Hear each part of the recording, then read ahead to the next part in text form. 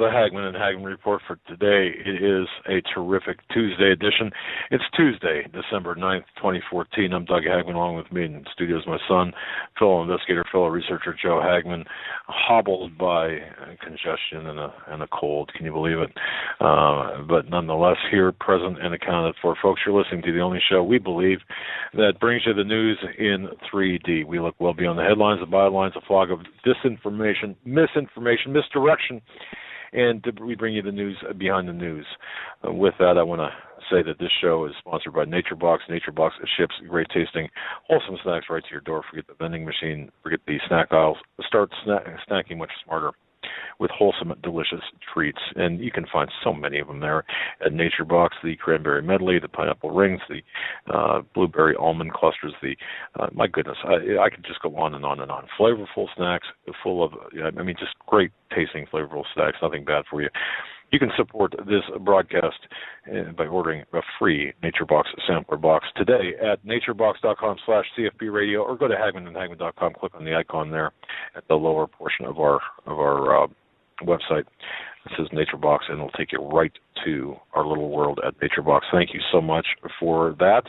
And, folks, thank you for believing and trusting in us tonight. And, as always, we always strive to bring in the news behind the news and what's really important in this great time of deception. And we are in this very deception that we discussed. Joe, welcome to the studio. It's good to have you. By the way, I want to announce to new listeners, and it seems like we keep picking up new listeners, and I get a couple of emails, believe it or not, still wanting to know what our regular time slot is. It's 8 to 11 p.m. Eastern Time, Monday through Friday. And where we broadcast, of course, platform is BTR for the archives. Still working on getting the past show archive updated. And we're also simulcast by the Christians United Broadcasting Network. There you can tune us in at the Hagmann and HagmannReport.com. Spell out all the words, including Hagmann, 2 N's on the word Hagmann. Spell out the word and you've got it.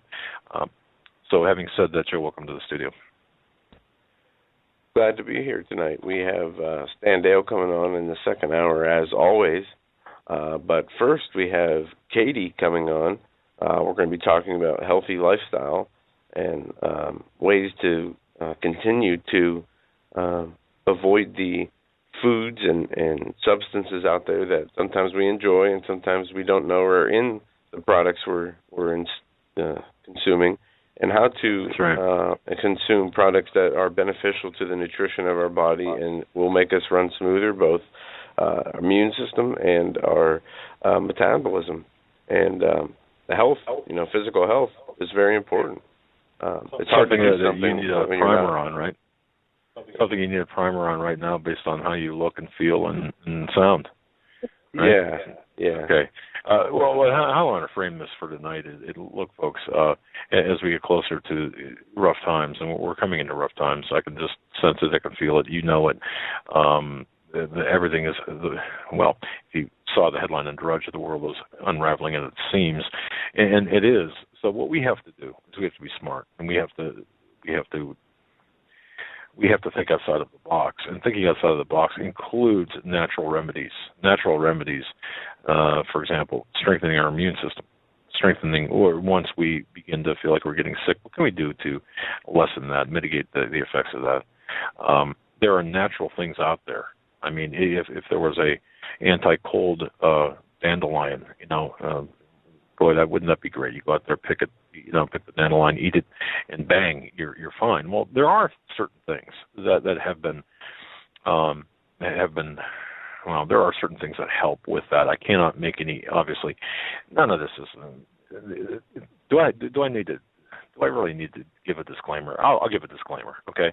Folks, just because there will be somebody out there sending me an email saying, hey, quit dispensing medical advice, all right? Because there are a bunch of idiots out there. I'm sorry. I just got a bunch of idiotic emails today. But, the disclaimer is this. None of this should, with any reasonable and sensible human being with a couple of functional brain cells, none of this is meant to replace the advice of your doctor.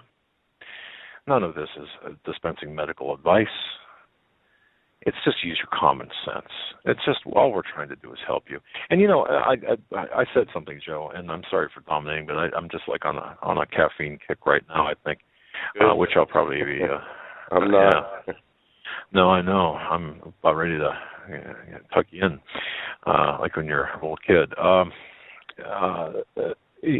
For all the bad, or all the emails that we get that are troublesome, and I had to actually report somebody today for to the feds for some. I mean, you talk about some just crazy stuff, but for all those, I just want to say hi to Patty L. Okay, Patty L sent me this email. Now, folks, think about this, and I should be ashamed of myself for even bringing up the little petty stuff, like I'm gonna come and boil you alive in oil. Okay, I should just forget about that. Because here, Patty, thank you so much for your email. Here's what she wrote to me. She said, "Dear Doug and Joe, I'm really appalled at the people who write you and put you down.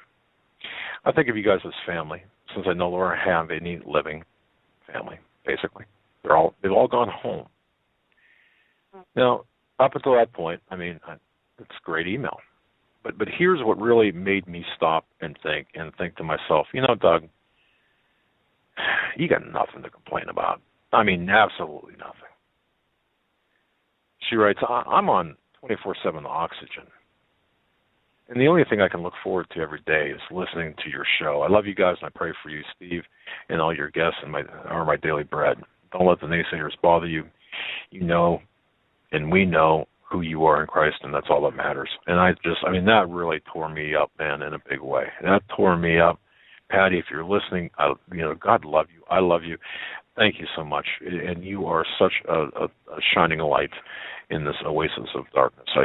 Or in this, not oasis, but in this vast darkness. But anyway, so now that I got all that out of my system, Patty, God bless you. Thank you so much. And others who have emailed in with different comments and suggestions and hellos, and just want to say hello. Thank you so much. Now we got all that out of the way. Katie. Katie's our go-to person for. Hey, Katie, you're our go-to person for things of. Hey, we gotta. What's your natural remedy for XYZ? Okay, so why don't you give our listeners a brief introduction of who you are and what you can say, lest you be slapped down by the FDA and all that. Go ahead. Exactly. Well, first of all, Doug and Joe, thank you so much for having me on. This is great. What an opportunity. And especially Joe, you need some peppermint and some oregano right now, okay? Okay. I'm a listener of the show. I'm on the chat room. And I just have a passion for natural healing and empowerment. And so about 15 years ago, I had some health issues myself, and I was real good friends with a naturopath, and she was a nutritionist. She had brain cancer and used a product called Cantron for 3 years and eradicated her brain cancer from that. Kind of got her started. Well, she got me started. So I started using some different products and just really researching my own health, and that got me on the road. And over the years, I've used different remedies. There's something called, you had Ted, what was his name a couple weeks ago? Ted Rohrer. Yeah. Oh, he really lit a fire under me. I mean, he was preaching to the choir, and he was mentioning a lot of things, which I'm going to mention tonight. But, I mean, there were products like MMS people can research, Cantron. There's all kinds of natural remedies you can use. Maca, silver. I know in the chat room a lot of people are into silver, colloidal silver preferably. And the latest thing that I've been looking into is cannabis oil. Have you guys heard of cannabis oil? Oh yes, boy, now it's a party. I have a friend whose father lives in Massachusetts, in Martha's Vineyard, who has been diagnosed with cancer, and he, from what I understand, uses cannabis oil only with a he'll do a chemotherapy treatment once or twice a year, and the oil has really been helping him, from what my friend, his son, has been saying. Yeah, I just sent you a link this morning from Natural News about cannabis oil from Mike over there. And then I sent a second link on cannabis oil, a study that's been done on brain tumors when it's used in conjunction with radiotherapy, and it's having amazing results. So there's a lot of natural, and then my passion right now is essential oils. So, yeah, and just to be clear here, for people assuming or associating the word cannabis with, getting some kind of high, this is people who take the oil or concentrate from the cannabis, and it does heal their body. I don't know if it makes them altered in their mind from the oil, but it is a very legitimate, what would you call it, natural remedy. The founders, Washington and them, used cannabis for things such as tooth pain and stomach ailments, and it was a known natural healer until it was made illegal here in the U.S. Right. And what they do with the cannabis oil, they take there's no THC in it, which is you'd call the high aspect of it. So it's just a pure oil. It has no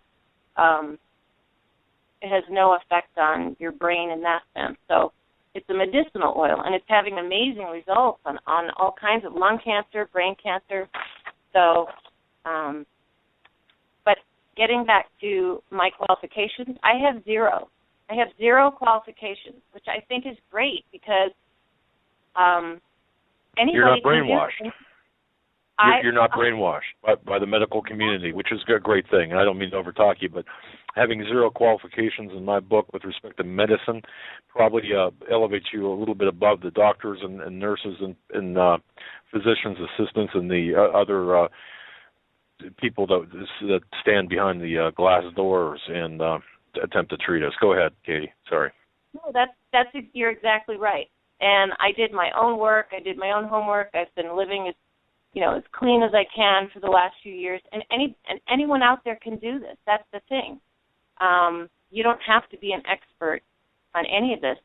And I was actually writing out some notes today, Doug, and I kind of went in my own head thinking about, we've been trained into a learned codependency on another cultural institution, called the medical industry. We have been brainwashed into surrendering our own power to another social control, and that's modern medicine. Now, don't get me wrong. I mean, if I have a broken leg or I rupture a spleen or a heart attack or something like that, I want a doctor. I want a hospital. But for diseases and prevention and all the things that are out there, the diabetes and the weight gains and the kidney failures and fibromyalgia, all these diseases are so preventable, and it just comes from the basics. And I was thinking about the basics. If you want me, I can get into the basics of disease without being too boring. It's actually really interesting. I mean, we're all walking around big, stupid. With the understanding, folks, and sorry, Katie, we've had a delay. With the understanding, Katie, that we are approaching a time that medical care might not be available. Your diabetic situation might not be treatable because you might not be able to get to a doctor, a hospital. You might not be able to get to a pharmacy. So we need to strengthen up. We need to bulk up right now and get ready for what's coming. Okay, so that's why you're on. You're going to tell us how to do just that. So fire away. Before you get started, folks, and Katie, I'm sorry to interrupt, but one more time. On my website, on our website, HagmannHagmann.com, we've got a clip from C-SPAN today that dovetails with what Katie is talking about. Of course, the Affordable Care Act. You know this idiot John Gruber and the other half of that dynamic duo, that female, testified before the committee, congressional committee today. He refused to answer, by the way, how much money he made off of Obamacare. He outright refused to answer. Gave that committee the proverbial finger. And if every American isn't outraged by this idiot, this twit's hubris against the Committee and against the American people. They should be. Obamacare is nothing more than a tax, and I'm sorry about that, but it's up there. And folks, I would urge everyone to get it. Representative was talking about Obamacare. Her husband dying because he did not want to take a test because it would be too expensive, and he woke up dead. She found him dead from a heart attack, massive heart attack. Okay, we don't want that for you. But this shows you the disdain the royalty has against the American people. I'm riled up tonight, Katie. So go ahead and. No, Doug, I love it. You're right. I saw that one. I saw that Congresswoman Loomis, I think, from Wyoming, and it was very emotional, and it was just wrong. And that's why I do what I do. I'm trying to get people to understand that you don't have to follow the old model. I mean, people in their 40s, 50s, 60s, we came from a time where you lived like heck, and you went and you got sick, and you went to a doctor, and he gave you a pill for the symptoms. Now we have a whole generation of people who are exploring, wait a minute, we may not have health care, or the health care we have, I can't really trust it anymore. And we have a lot of, like I said a minute ago, a lot of fat, stupid, happy, well, not happy, fat, stupid, and fairly ignorant people who are just walking around in a daze who don't understand that they've been robbed of that power to take care of their own health. I was talking to a friend the other day whose husband is on dialysis. He's on dialysis 3 days a week. He's in there for 5 hours, not including travel time. So that's almost 24 hours. The guy is a whole day a week gone. But his dialysis, his kidney failure, came from years of high blood pressure medication. So that's a perfect example of why we really need to stop and question and take charge and challenge our doctors in a good way. Some doctors out there really are learning and wanting to have alternative suggestions for their patients, but some of them don't want it. They don't know about it. And so a lot of, some of the doctors I've talked to, the naturopaths, they say, yes, challenge your general practitioner and ask him, educate him, bring him the research, tell him you want to get off this medication, and how can you do that in a natural way. I have a friend who came off morphine, and like Doug said, a qualifier, I am not suggesting anybody do this. Saying work with your doctor, work with a naturopath, find a naturopath, find a homeopathic doctor, and work with them. But she came off morphine. She had fibromyalgia. She had all these horrible issues, and she was on 5 50-milligram morphine a day. She's down to 2 simply by taking capsules filled with oregano and frankincense. So I'll get into the oils later, but these oils are amazing. They have essential oils. Years ago, I always thought, well, they're just for hippies and patchouli oil, and they smell good. But the more I began to study essential oils, they're very, very powerful. They were created by God. We were created by God. We work synergistically with them. What an essential oil is, it's a small oil sac on the plant, and it protects that plant from what? Bacteria, viruses, parasites. So science has figured out a way to distill these oils from the plant and make sure they're as pure as possible. And they actually work in the human body the same way that they work on the plant. And say, for example, 1 drop of peppermint is the equivalent of 20 cups of peppermint tea. That's just how powerful they are. But they have anti-inflammatory properties, antibacterial properties, antiviral properties, anti-cancer properties. Now, I know the FDA is going to jump on me on that one, but so be it. That's the way it is. That's what these oils have the potential to do. And the thing is, I think the medical industry, what pharmaceuticals are, is they take these compounds from the oils, they synthesize them, because you can't patent a plant. You can't patent an oil from a plant. There's no money in it. So they synthesize some of the compounds from these oils, and then they put in fillers, chemicals, and modifications. And it's the modifications and fillers that have the side effects that create dependency and disease down the road. Does that make sense? perfect sense. So we're getting roofied by our synthetic. I got it. Yeah, I got it. It's just one big money-making machine. That yes, I right. understand. Yeah, because you, like I said, you can't patent an orange or a peppermint plant, but you can synthesize the compounds in it. So your body will respond to that synthesized compound, but not the way the real oil does. And so that's where the essential oils come in. And gosh, if I can encourage just one person to take care of their own health and start researching it. There are oils for mood that have an effect on your mood. They work in the brain. Frankincense. Sign me up there. What? Sign me up. Katie, perhaps you can if people who are new to this, the essential oils out there. Okay, if I was, and I do have some knowledge, just enough to be marginally dangerous. But if I was just completely not knowing anything and coming to you off the street brand new, and said, look, fix me up with like a starter kit of oils.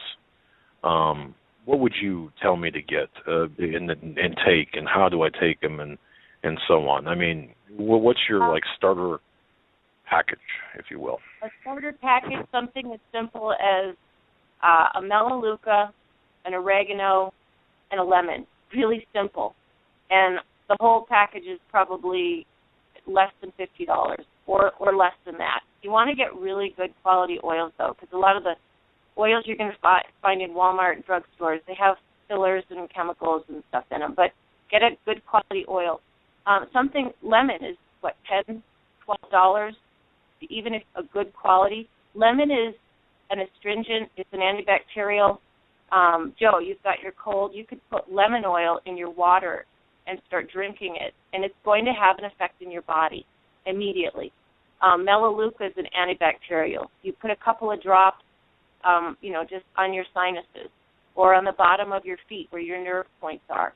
It's so simple.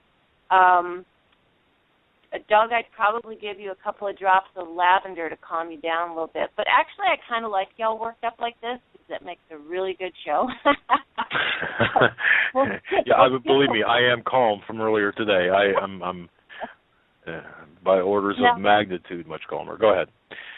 So there's different oils for different, and for example, lavender is an antibacterial as well as a mood changer. They have cross purposes.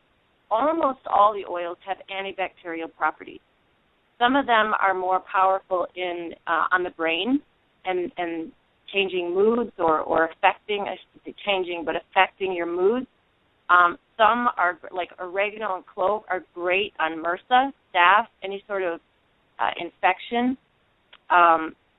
Melaleuca is good on that too. Then your orange oils are a good, a brain oil, a mood-enhancing oil, and just all kinds of, they all have different purposes. So you don't need a lot. I mean, I know somebody who has one bottle of lemon and one bottle of oregano, and that's all she really needs. That's all she can afford, but it's helped her in so many ways. Oregano is great for inflammation. So you don't need to spend a lot of money to have these, but I encourage people to slowly put together a package so that if you can't get to the emergency room, if there is an Ebola or some sort of swine flu or something, you don't want to be sitting in an emergency room. I believe so much in these oils and how to apply them. You can diffuse them. You can, with the high-quality ones, you can actually ingest them. You can apply them. If you take them regularly, like Joe, with what Joe's got, every couple hours, start putting some clove or cinnamon or oregano on your feet and just breathe it in. Believe me, Joe, it will have an effect. It may take a day or two, but you will notice the difference. How do we accomplish? He wondered how do you accomplish? How do we accomplish that? Putting on his feet and having it breathe them in. And I took a supplement that had cinnamon and some other natural things inside the pill that was specifically for colds. But what you're talking about, something different. But no, Katie, you said apply to his feet and then have him breathe it in. Is that two separate processes, or do I have to, crank his leg up to his nose? I am kind of jumping around. I have this on the hand, and it goes back to the Chinese study of medicine thousands of years ago. Your hands, your ears, and your feet all have nerves that are basically run through the body, and they're nerve centers. And so if you put an oregano oil on the bottom of your feet from the toe to the heel, it will travel through the nerve centers. The aromatic compounds will travel to where they need to go. They actually travel through the whole body.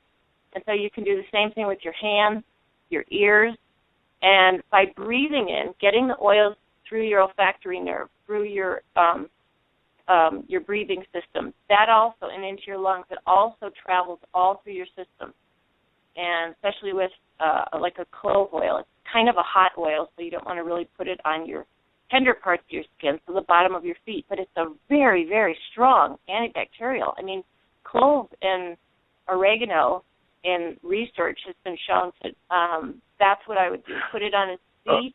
Okay, let me ask this question, because I think maybe some people might be thinking this if they're on the same wavelength I am, which who knows. Topical application of oils, certain oils, could, what you're saying, if I'm hearing this right, topical application of certain oils, if you've got a bacterial infection inside your body, topical application, let's say to the bottom of your feet or your hands or your ears, as you said, could very well work on that bacterial infection that's inside your body. Is that what you're saying? Oh, absolutely, because it travels through the aromatic compounds travel through every cell in your body within 30 seconds. So, yes, and breathing it in, it's the same thing. You can, like I said, with the high-quality oils, you can put a few drops in a couple ounces of water and drink that every couple hours. And, again, it passes through your system. I mean, we have oils that like a fennel and peppermint, they've been known to kill parasites. If you have food poisoning, you can take a few drops of that and it goes through your system. But it's a whole different science than modern medicine. It's actually thousands of years old. I mean, Socrates used oregano in his practice, so this isn't something new. It's new to us because for the last 100 years, since 1847 when the AMA came along, we've been indoctrinated into or out of very natural, normal, what they used to call remedies. And they work. God put them here. He created the plants. He created us. He created them synergistically, and they have the same effect, like I said before, on the human body as they do on the plant. So I would encourage people to research essential oils. There's topical applications. Say I had a chest cold. I would take some peppermint and just rub it on my chest. I would breathe it in. Peppermint is a vasodilator. It immediately opens up all your blood vessels. It's great for migraine headaches, sinus infections, anything like that, instantly, or asthma. I mean, it's great on asthma. It just opens your airways, opens everything up. Or you can drink it, or you can put it on the topical, internal, if it's high quality. It's got to be high quality. Not all essential oils you can ingest. So make sure it's a high quality. The high quality interests me a lot because one thing that I don't want to do, I mean, and many families out there have limited budgets. We have a limited budget. I mean, my wife sits me down and says, this is how much money we've got for the week, and you run out of it, well, you run out of it. So do we get these oils at like a GNC or, I mean, how can you tell the high quality versus the not so high quality oils? Is there a way to tell? You have to do a little research. If it says certified therapeutic grade, if it says pure certified therapeutic grade, then it will be something that is medicinal grade, and that will be ingestible. If it doesn't say that, I wouldn't ingest it. You can still topically apply it. You can still breathe it. But unless it has that therapeutic grade labeling, I would not ingest it. So there are certain oils out there that do have that labeling. You just have to research them.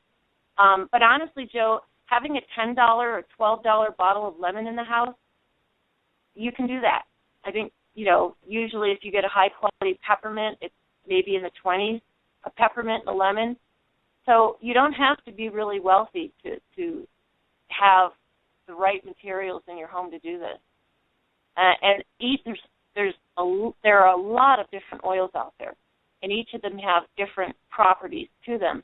And over time, you can accumulate them and have them as your own medicine cabinet at home and learn to use them. There's a lot of reading material on how to use the oils, what they are, how to apply them, the chemistry behind them. You don't even need to know that. Just you can find a typical guide on the internet. What is lemon good for? Lemon's an astringent or it's an antibacterial. So cinnamon's great for pre-diabetic or diabetic. It keeps your blood sugar stabilized, so you're not having those highs and lows. It decreases your appetite, so you're not craving the carbohydrates, which is great for pre-diabetic or diabetic. So they all have these different properties. I just encourage people to study and start researching on the internet. We have so much information on the internet.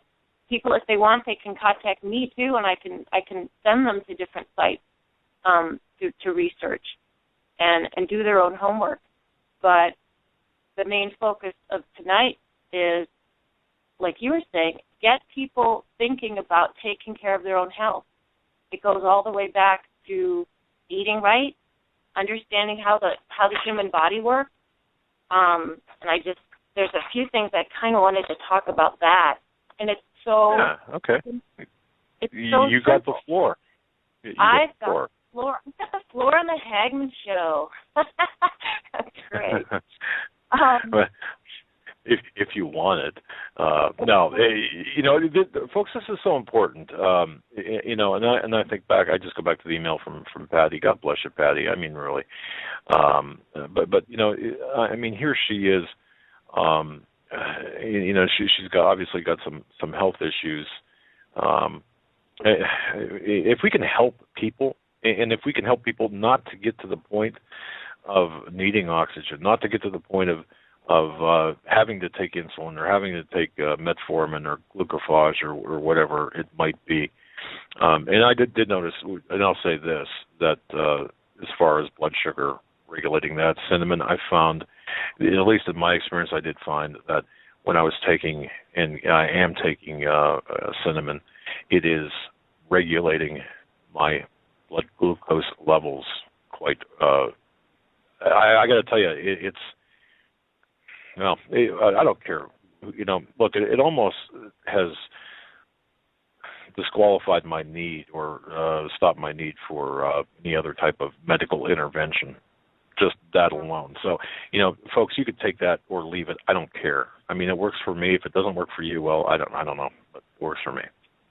I don't recommend. What I tell people is, if you're on any sort of pharmaceutical through a doctor who's open to alternative medicine. If he's not, find one who is, and tell them what your goal is. Your goal is to get off, wean yourself off. Maybe there's some that you'll never be able to get off of, some pharmaceuticals, but your goal is to wean yourself off, and is he willing to work with you? And there are naturopaths in almost every city.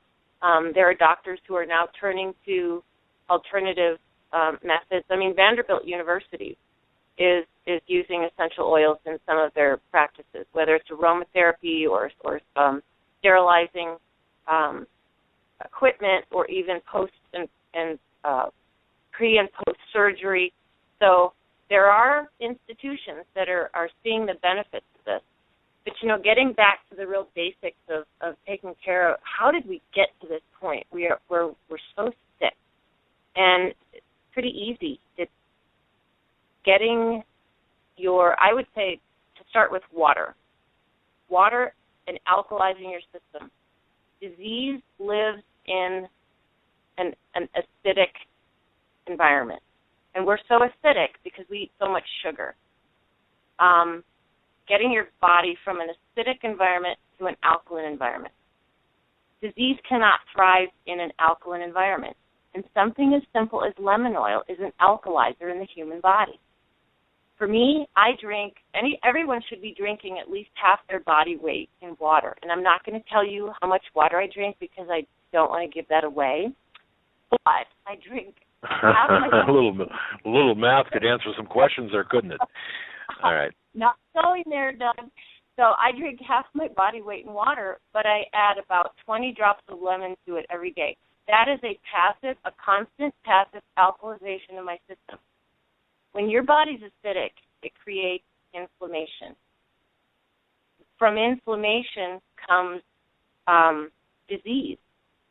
And just constant year after year of that, your body can't handle that. It changes the cellular structure of, it weakens the cells. And eventually they give in and they mutate and they become some sort of disease, or you're more prone to disease. So the first thing is I recommend people cut out sugar. Simple and complex carbs. That's anything from a spoon of sugar, hard candy, cookies. Well, that would actually be a complex, but, hard candy, Twinkies, things like that. So cut out a huge portion of the sugars and eat more vegetables, not so much red meat, but, fish that's not poisoned by mercury, but fish, chicken, things like that, organic, a lot of legumes, nuts, things like that. Just get the bread and the carbs out of your diet. And that'll help you, Doug. That'll help stabilize blood sugar. It cuts down inflammation. If you can bring your body's inflammation down, you got a fighting chance of literally reversing a lot of issues, health issues. And what's another thing that's really important to think about is getting a full-spectrum, high-grade vitamin and mineral support system every day. Every day. Your body critically needs nutrients, minerals. We are minerals. We're, 98% water and the rest, minerals. Get vitamins and minerals in there every day faithfully. That also helps alkalize your system. You don't want an acidic system. You want an alkaline system. So okay, if I can stop you there for a second, okay? Mm-hmm. For example, big thing, if you got a cold or to prevent a cold, it boosts your immune system, take vitamin C, all right? You hear that. At least I hear that. All right, from the voices in my head.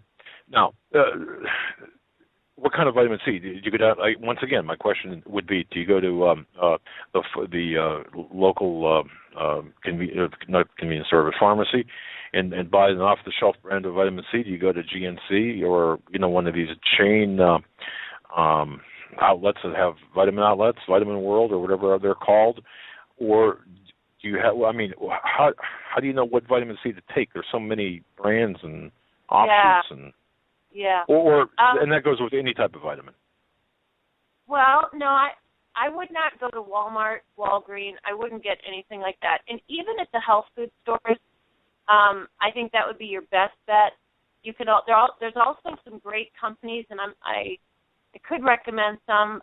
There's great companies online that do not sell commercially, that have high-grade nutritional supplement packages. But if you're going to go to the health food store, probably getting something, I don't know if I should name any brands, but yeah, it is. You don't have to name any. You don't have to name any brands, but in fact, we can even ask Dr. Ted Broer on this because this is kind of getting off your essential oils. But having said that, is there any type of thing on the bottle to look for, like a stamp of approval from, or some sort of contents or something like that on the bottle? I'm going to get back to encouraging people to research, because a lot of companies can, say there's an essential oil in a health food store. They can put 1% essential oil in there and 99% filler and call it real 100% essential oil. You have to be really careful and you have to be savvy. So, there's a lot of vitamins out there that have fillers in them. Even at the health food stores, they've got a lot of things in them, but you're going to have a much better chance at the health food store than you are at your Walgreens and your Walmart. Those things are coming from China and they're garbage. So Yeah, and there's a lot of different kinds of, I'm not an expert on vitamins. There's rose hip and vitamin C ascorbate and all kinds of different things. Ask, because usually if you go into Whole Foods, or I don't know if you have Sprouts or one of the local health food stores in your area, they generally have people in that department that have a little bit of knowledge, and they can also research it. At least they do in the health food stores in my area. But yeah, so in terms of nutrients, there are complete packages that you can get, because otherwise you're going to be spending hundreds of dollars on every single nutrient your body's going to need. So, I mean, if people want to email me and contact me, I can send them to specific sites that have these full protocols. Okay, and I just, Katie, I just want to say this. Folks, we're going to have Katie back on. Katie's a wealth of information about essential oils, and I'm sure people are saying, if you shut up that long enough for her to talk. But we're going to have Katie back on. And just to be clear, Katie, because we talked before the show, and there's issues, for example, we can put your name and contact information on our website, right? That's okay to do. Okay. Yeah. All right. I know I'm jumping all over because there's just so much information. There's just a little bit of time left, but I wanted to go through the whole. I had a list of 4 different things. It was, start out finding a good quality cleanse. Cleanse your liver, cleanse your kidney, cleanse your bowel every season, 4 times a year. Because just like you have to have your oil changed, there are people who never do this their entire lives. These organs have to be cleansed out because of all the garbage that we're dealing with.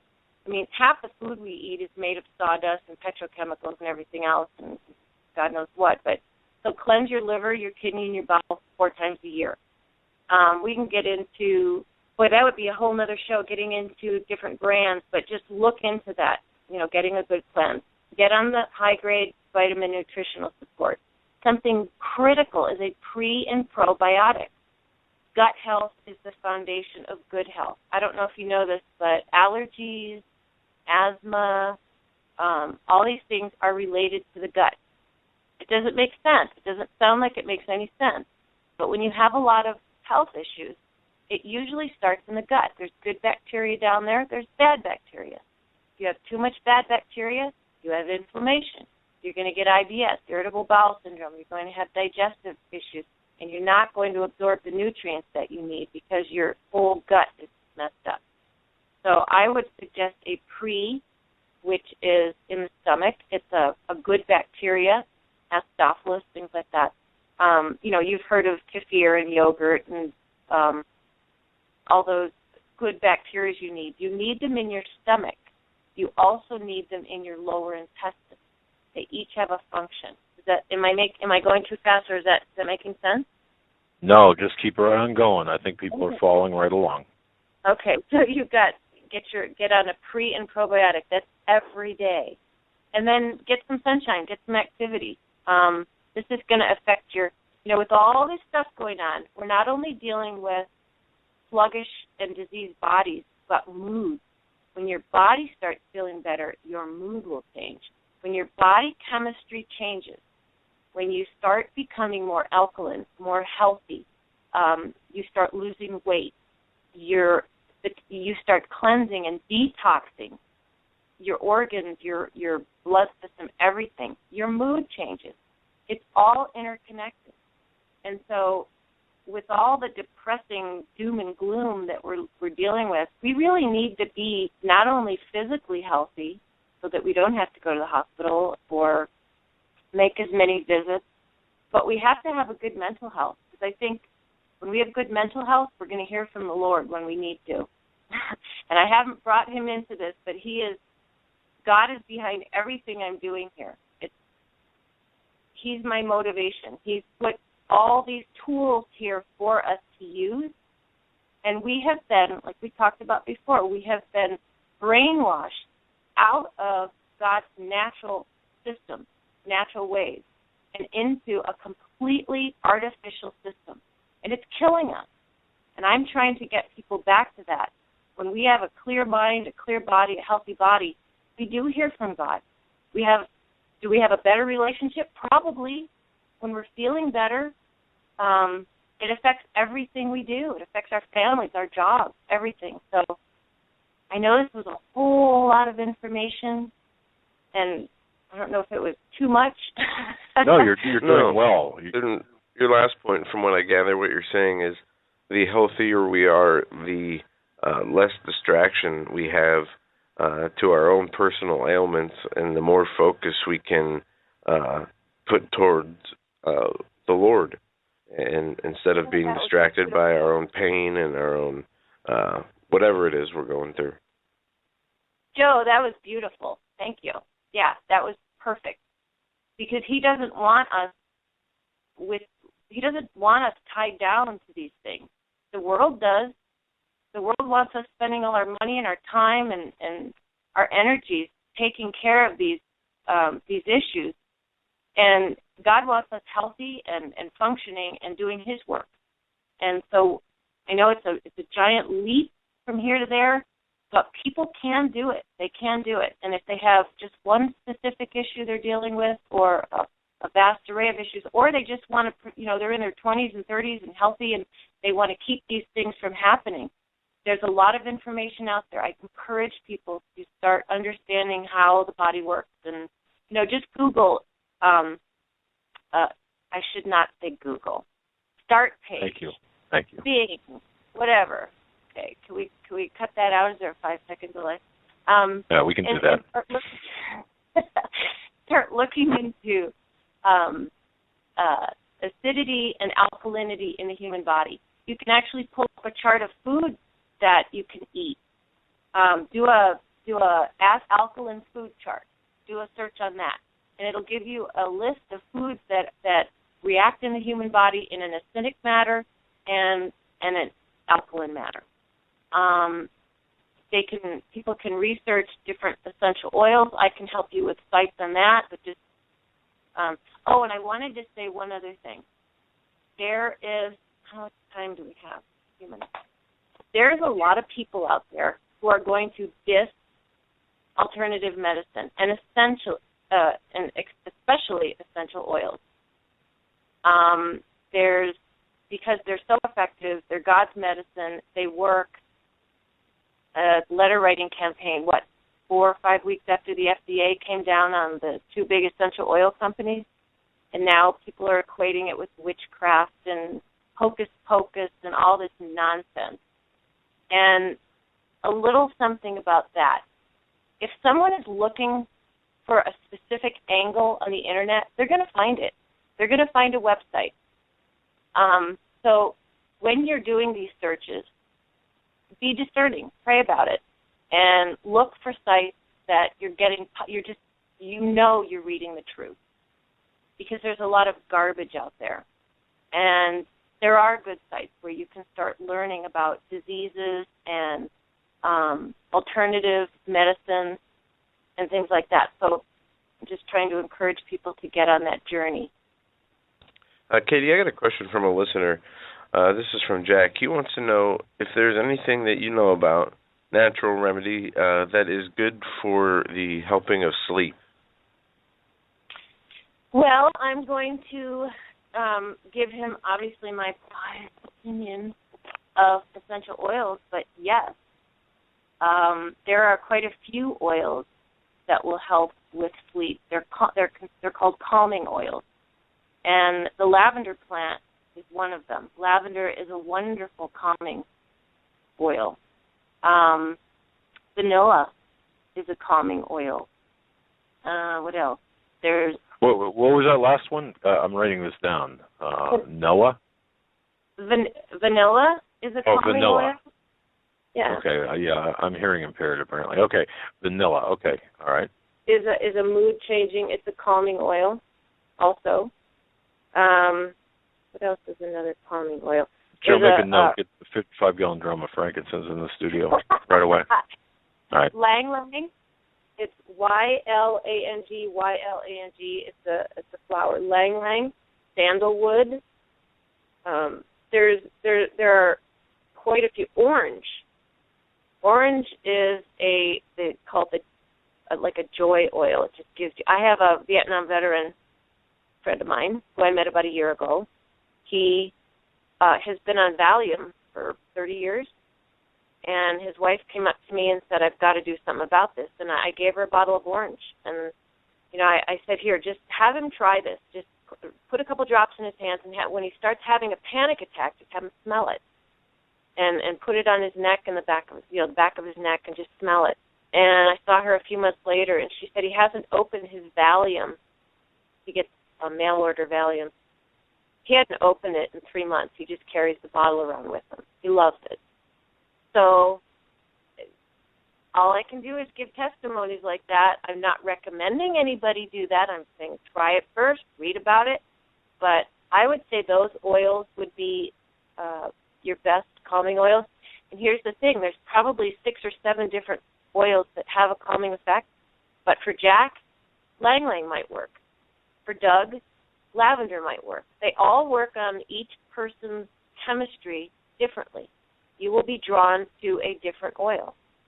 So in terms of interesting point.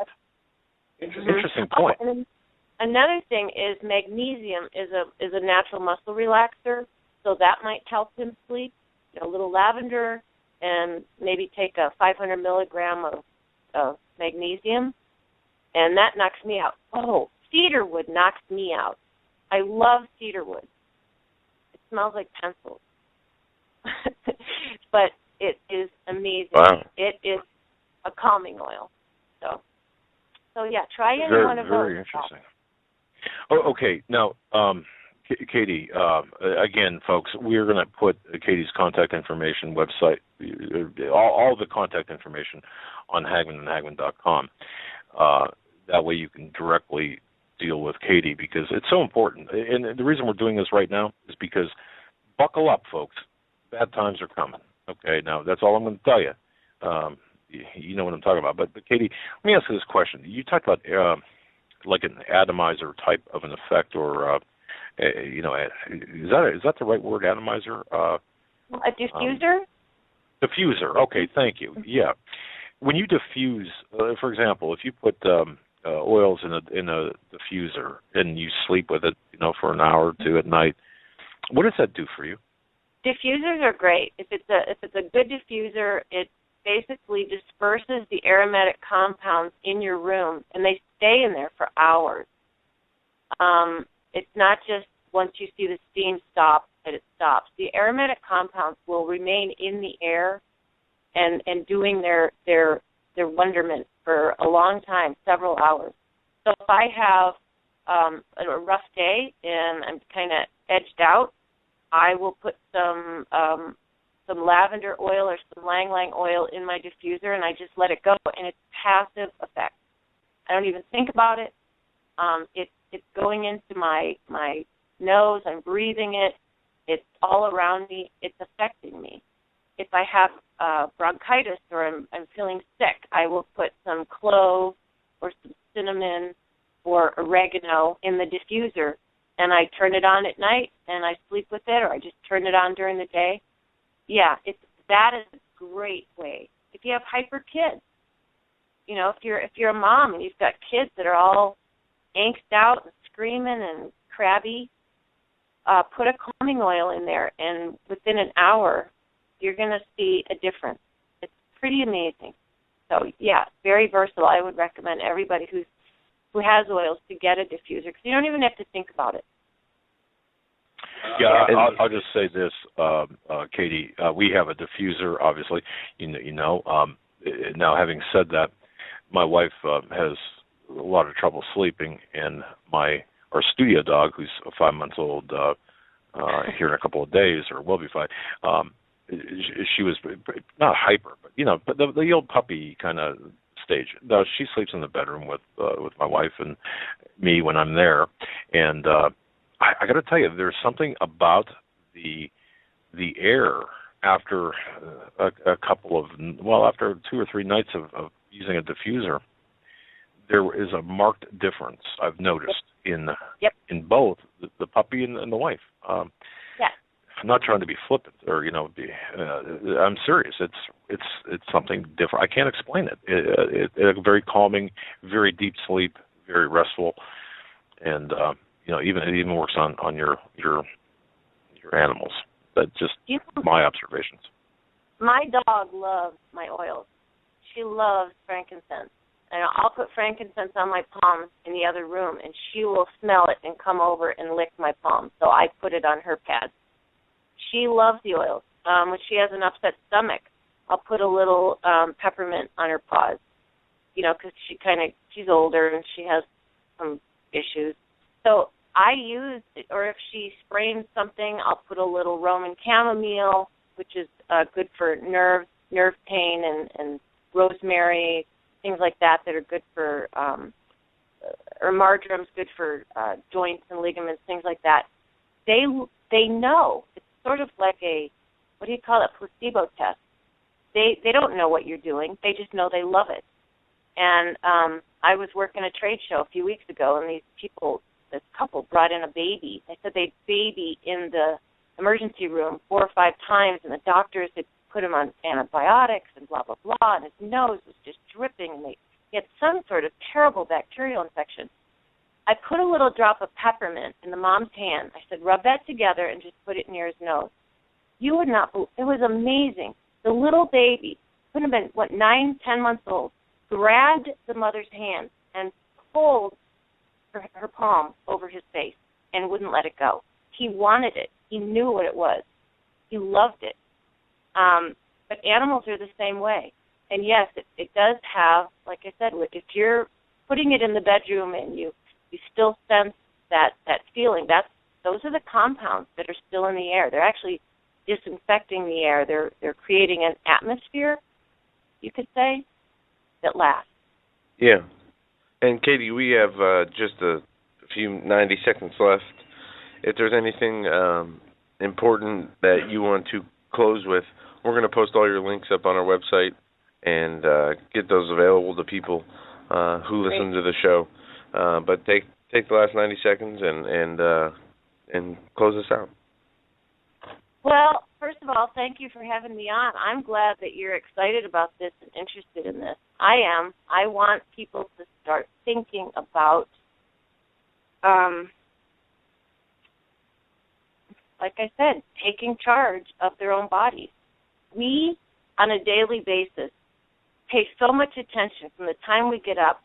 We're dealing with we're attending to our families and our jobs, and we really go into the details of our finances, and we're tending to all these things. But the one thing that makes all that possible, we completely ignore: our body. Why is that? Why do we ignore our body? It's ours. It's our temple. We should be tending to that first.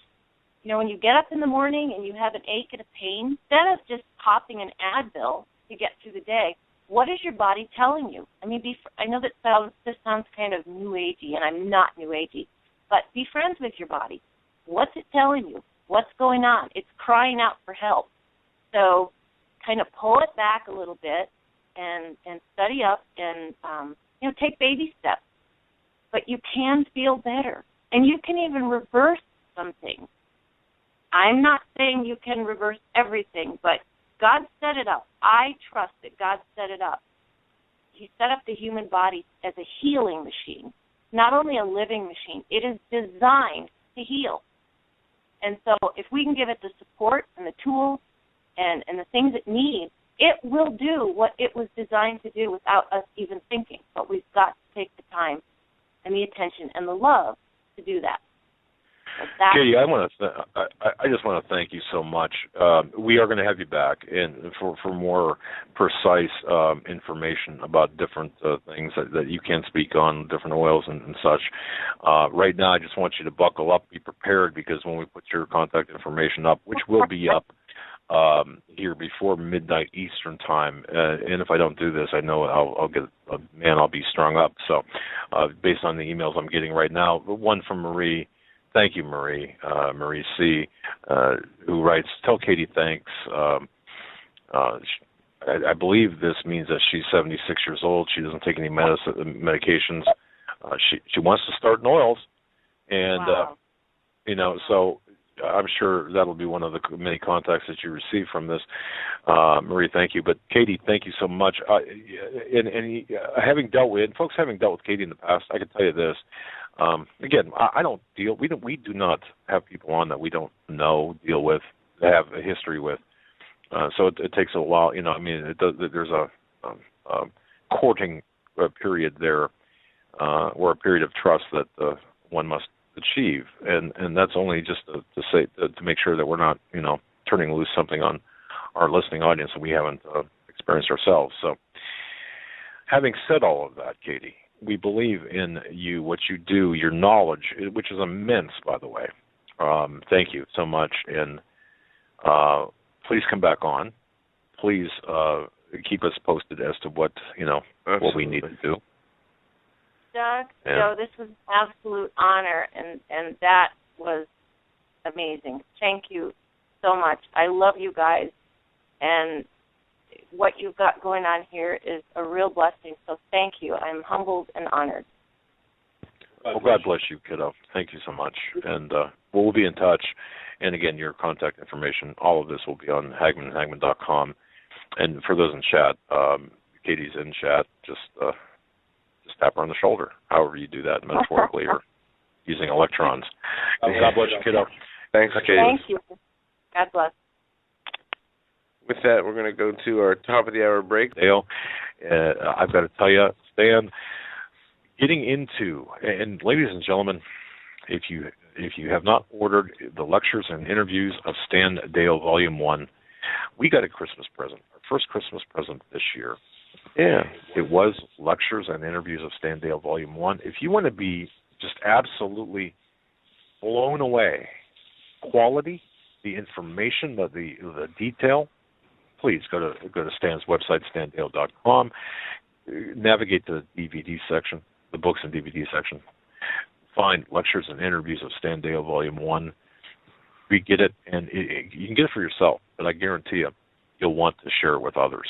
Lectures and interviews of Stan Deyo Volume 1, fantastic. Stan, I want to thank you for that, for sending it to our office, and I just want to thank you. I mean, it's incredible what we're learning.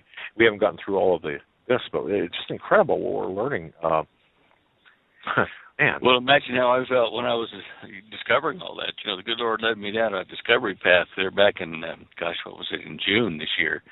And, wow, I'd grab Holly downstairs. I said, come down here, look at this, listen to this. Look what I just found here, wow. And one thing after another just kept leading on to other things. And well, finally, it's kind of one thing to hear it, but to see it, to see you kind of go through it, or not kind of, but go through it, it just brings it really to life, and that's what really sold me on this, or not sold me, but really, it made me do a double take. I've heard this before, and people, you might be saying, "Well, I don't need that. I've heard this." Oh no, you haven't. Oh, not this way. Oh yeah, I can imagine. I feel like I was like with you at times. I can imagine how you felt. But go ahead, sir. Well, that's right. No, I put some 3D glasses in there for you because some of the photos that I put in the CD-ROM that I put in there with that have 3D images of animals there in the Garden of Eden, the Ngoro crater, but also there's a 3D high-resolution map of the Middle East, which does show that the site selected there, the Ngoro crater for the Garden of Eden, is well above the surrounding terrain. It's high, and you can see the grooves etched into the surface of the earth from there, where the water flows came out to make the 4 great rivers that were spoken of in the Genesis account of the garden. And it just made it so understandable to me to see, even though there's been volcanic activity in some of the riverbeds and stuff, to see where the original riverbeds were and why they flowed so far and how the earth was all connected together. The 3D image of it just, ties together for you. And you can use those 3D glasses on some of the 3D images I have on the website on the Show Images page. I think it's in the well, the earthquake section of the Hopi prophecy section, something in there, but there's some 3D images in there those work on as well. Anyway, now that's that. Now I have supplied some information to the company that filmed the Ngoro crater documentary, which was for another reason, but I do sell it here because it shows live video inside the Garden of Eden today without them knowing that it's the real one. They called it Africa's Last Garden of Eden, the announcer did. And so I've been dealing with the guy that owns the company, and he's going down to South Africa for a big conference this month. And so I supplied him with GPS locations of some 20-odd places I found in the Garden of Eden complex there where water gushed up out and formed fountains to make the water source. They just absolutely drove, millions of gallons of water out into those 4 rivers. So he's going to hopefully be able to get his film crew to go up there safely. I'm not sure how they feel about the Ebola threat being next door there, but if they do go, they'll film that, and he's trying to film it in 3D as well, so that people can actually get the depth perception watching it in 3D. So it's been a bit of fun, and I've been working on an ancillary script to go with that, but who knows? We should have some more fun when those guys get back. It's fantastic. It really is. By the way, I thought you put the 3D glasses in there as a marketing gimmick for us, but seriously, when I got to the one section where it did allow for the 3D, I was surprised that it worked on a normal resolution monitor. I didn't realize that works that way. So silly me. But what 3D did that? The images on the CD-ROM, or was it on the Eden lecture? Which one was that? It was would be this. The second. The lecture. Or wait a minute. Yeah, the lecture part, I believe. Right? Yeah, Joe.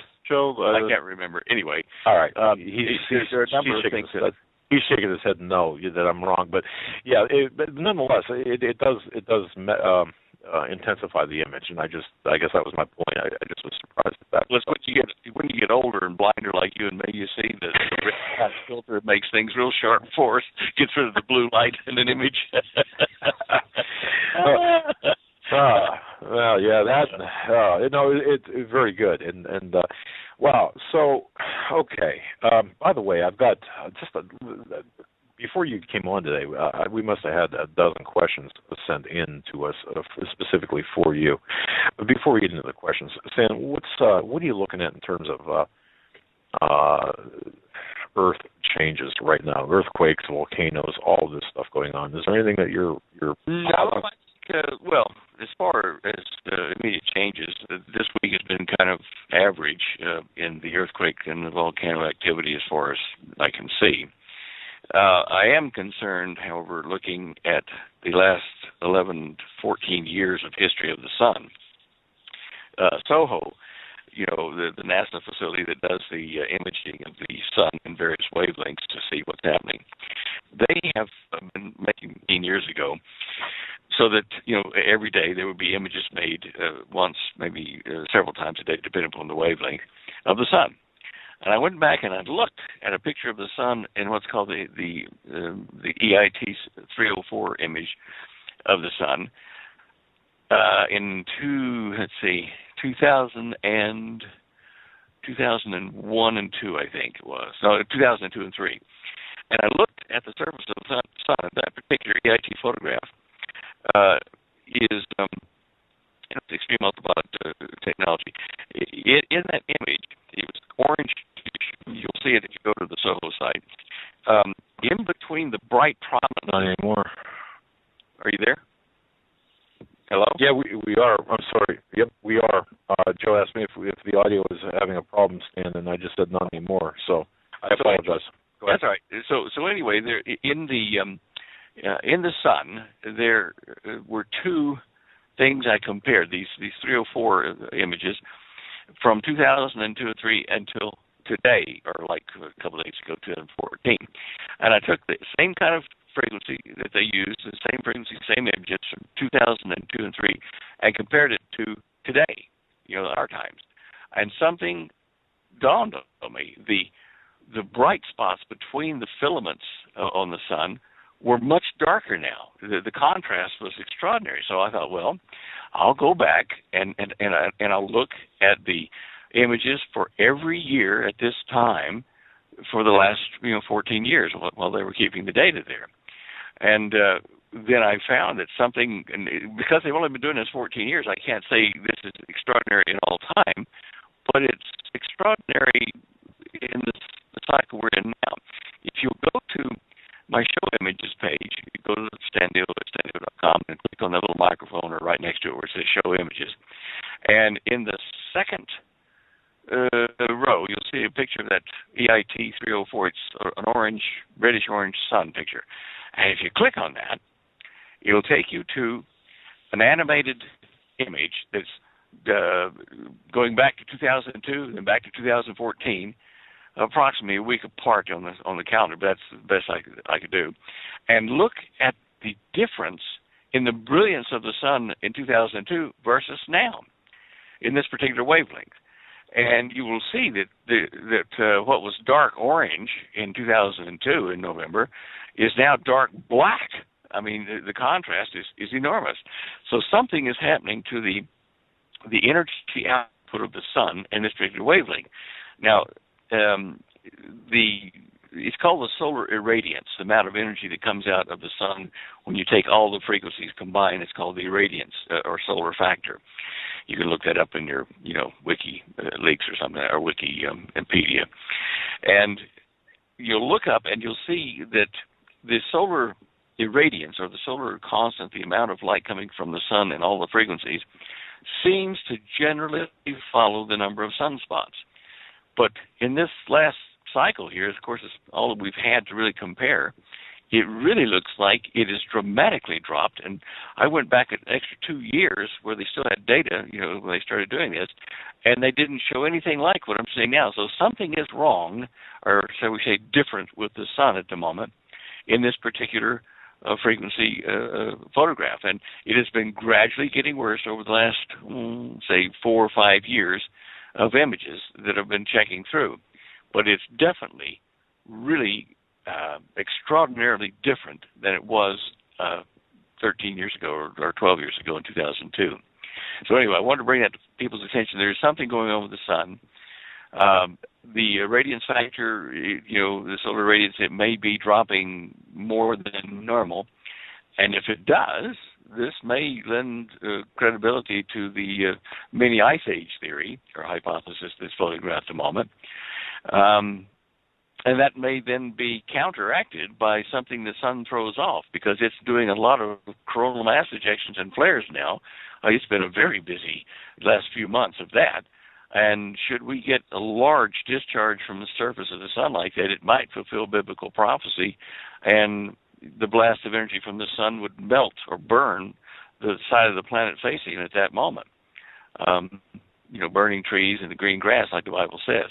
So anyway, I'm just telling you, there are things that are starting to form on the sun they've got my attention, and what it means yet, I don't know.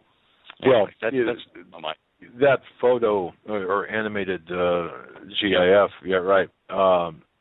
Certainly, you look at that, and folks, go to standeyo.com, click on Show Images, and in the second column, the picture of the sun there, or second row, I should say, the picture of the sun, and click on that, and you'll see an animated process there, 2002 to 2014. It almost looks like somebody's turning the lights out, basically, or dimming the lights of the sun, or dimming the sun. Strange, isn't it? It is, and it's disconcerting, especially if you're telling me we haven't seen that before, at least not to this degree. Well, look, people that have an interest in this can go to the NASA .soho, SOHO site, and they've got a little thing where you can download images for all the time that they've been keeping these, since about 1999 or 2000, somewhere in there. And you can go back and spot check like I did through all the years, and you'll see that what we're seeing now in the last 2 or 3 months is exceptional. in that time period. They've been keeping these records. This is definitely unusual. Man, yeah, it looks, well, something is taking place. That is for certain. Well, okay, let me ask, switching gears, just changing up a little bit, Joe from the UK just sent an email listening live, by the way. Hi, Joe. J.O. It's indicating a female here. Wants to ask you, or asking us to ask you, what a weather bomb is. Apparently, there in the UK, they have one due to hit them tonight. A weather bomb, like a nuclear bomb, weather bomb. She said, "I've never come across this description of a storm before." Well, I haven't either, actually. I think it's some journalist coining an interesting name. Okay. It may be something that suddenly drops on them. I mean, living here in Colorado, I think that happens a lot. The newscasters will tell us, and the temperature tomorrow or tonight will be blah, blah, blah, and they lie. It's definitely almost opposite of what they say. It's a big surprise, but that's because the terrain here can produce some really exceptional and surprising weather dumps, whether it be snow or winds or whatever.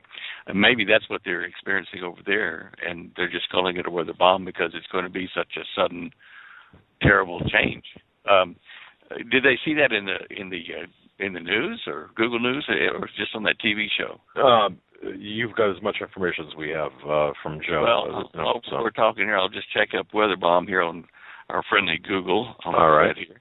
Weather bomb. I guess it'd help if I spell weather correctly. Anyway, weather bomb. All right. UK specific. It does appear to be geographic specific to the UK. Weather bomb. They put that in quotes. Raises risk of severe gales for Scotland. Okay. Well, they've played on something that meteorology does call a bomb. It's called explosive cyclogenesis. Oh, that's a mouthful. It's a weather bomb, a meteorological bomb, an explosive development, or bombogenesis, rapidly deepening extratropical cyclonic low-pressure area. Boy, I'm glad I looked that up. I know so much more now. I feel smarter now. Oh, boy. That just rolled off the tongue. Well, anyway, it's a sudden weather dump, it looks like. And it's a sea event, usually. It says a cold winter event. And it just comes on suddenly. It's kind of like a cyclone almost. It's just really just suddenly appears up over the ocean usually here. It's a cyclogenesis, which cyclones, birds of cyclones. So I think they're going to get high winds and cold winds. Maybe they'll get snow with it. I don't know, something like that. But anyway, that's kind of a belated answer or long answer to that question. Joe, put the kettle on and get your cup warm and have some tea and buckle up for some high winds. Okay, very good. Yeah. Getting back to the sun, Margot had sent us an email too, wanting to know if the change in solar radiation might have anything to do with the degree of change of the magnetic pole, or even the Earth wobble. Are they related? For example, no. No, the solar radiance is a measure, in the strictest sense, the solar radiance is a measure of the energy output, the electromagnetic output of the sun itself, and you measure that from out in space, more accurate than you do on the surface. But the amount of solar energy that's hitting the planet and staying with the planet rather than reflecting off is a function of what's called the planetary albedo, or reflectivity, or absorption factor. And the amount of sun that gets trapped, or sunlight energy that gets trapped, is a function of certain greenhouse gases. It's a function of electric charges and all kinds of other things that do affect electromagnetic radiation at different frequencies. So that's not what's affecting the sun. Its own magnetic field may certainly be playing at this. I've certainly seen evidence of a number of north-south pair what should be sunspots that are appearing in other wavelength pictures and magnetic field pictures of the sun. These appear to be, instead of being concentrated, appear to be spreading out all over the mid-latitudes of the sun, both north and south of the equator of the sun. And we have had, in the last year, we've had a solar polar magnetic field reversal in both hemispheres.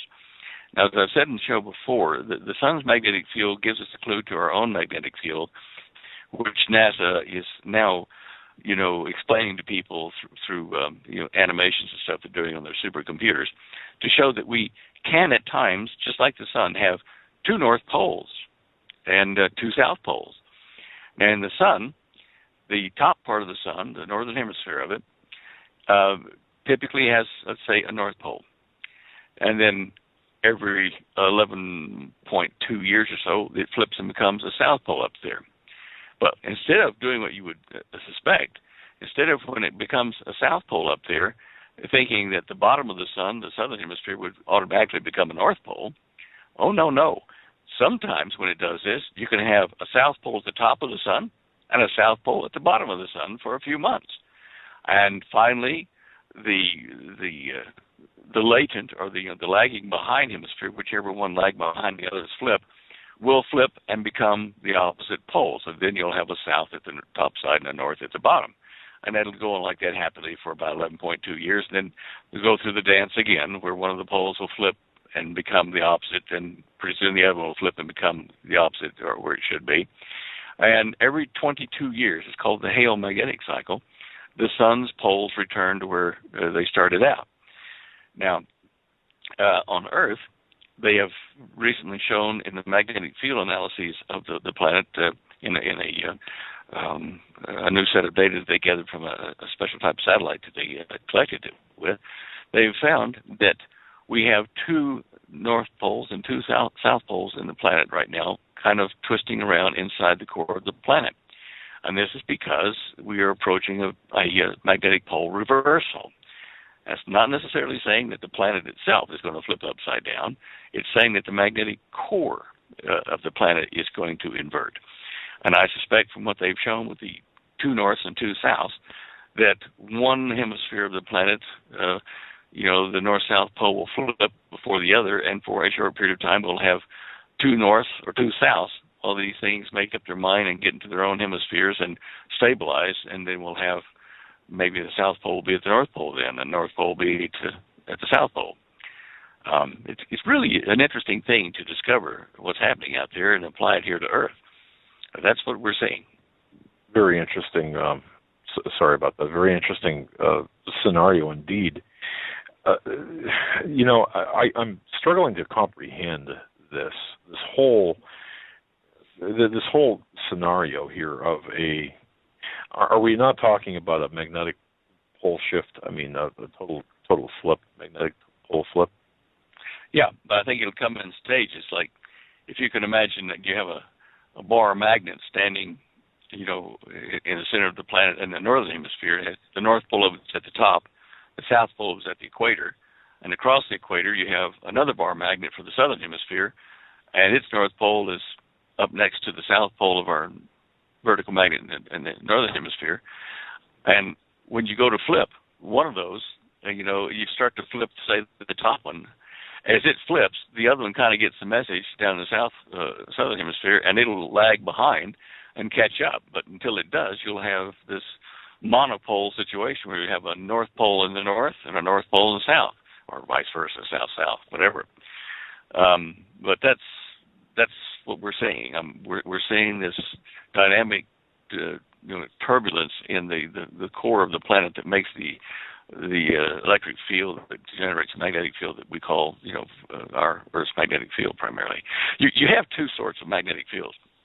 One that's caused by moving molten nickel and iron and other metals that are with it, and currents are induced into the cooler part of the planet on the outside by this moving electric current, the charged ions and stuff that are in the core, probably at plasma temperatures almost. So That's a dynamic electrical field that creates a magnetic field for the Earth. But then you have other large concentrations of cooler mass, say like up in, Greenland and in that area there, south of Greenland, there's, a large cooler magnetized mass, which makes our compass deviate slightly away from true north to go to this large, metallic, magnetic mass. So we have two. We have a fixed magnetic source, and then we have that, which the dynamic in which affects the whole planet. Anyway, that's okay. All right. Magnetism. Now, this is a question I have, and doing some research, and this involves the sun and, of course, the Earth and neutrinos. I'm not sure I even understand what a neutrino is, but I think you and I derivative of nutrient. What's that? Sounds like a derivative of the word nutrient. Or No. Yeah. No, neutrino is can you explain to me what a neutrino is, and are neutrinos passing through the Earth? I mean, we're getting neutrino bombardment all the time from distant stars and galaxies from our own sun. And neutrinos will go through thousands of miles of lead before they even start to think about slowing up. It used to be taught back in my day in the university that neutrinos had no magnetic field and hence would not deviate in a strong magnetic field. But when we, got stronger and stronger magnetic fields in the lab, they were able to see that neutrons, even though they have a neutral charge, not either plus or minus or balanced, they do have spin, and right-handedness, and they will deviate in a strong, several Tesla type magnetic field. And a Tesla is like the magnetic field of the Earth. So when you concentrate several Teslas into a laboratory environment, that's pretty impressive. But anyway, it's the sun is primarily a fusion reaction, and it fuses atoms together, or protons and proton chain reactions, and it'll take like 4 hydrogen nuclei, which are protons, and it'll force them into alpha particles and positrons and neutrinos. And neutrinos is one of the byproducts of that. Now, the sun has not been producing the amount of neutrinos that it should. Over the last several decades, there have been facilities set up in deep mine shafts that were measuring the amount of neutrinos that came from the sun as opposed to any other source. And there's some discussion about whether the test was accurate or not, but it did show the neutrino flux from the sun is in deficit at the moment. So we don't know what is causing that unless there's a change happening in the solar model, or maybe we need to make a change in our mathematics of how the sun works. But neutrinos are important, and certainly you won't stop a neutrino with very much at all. I mean, if it'll go through, 11,000 miles of lead or something like that, I forget what it was they taught us, but a neutrino will punch a hole through darn near anything. A tiny hole, but it'll still do it.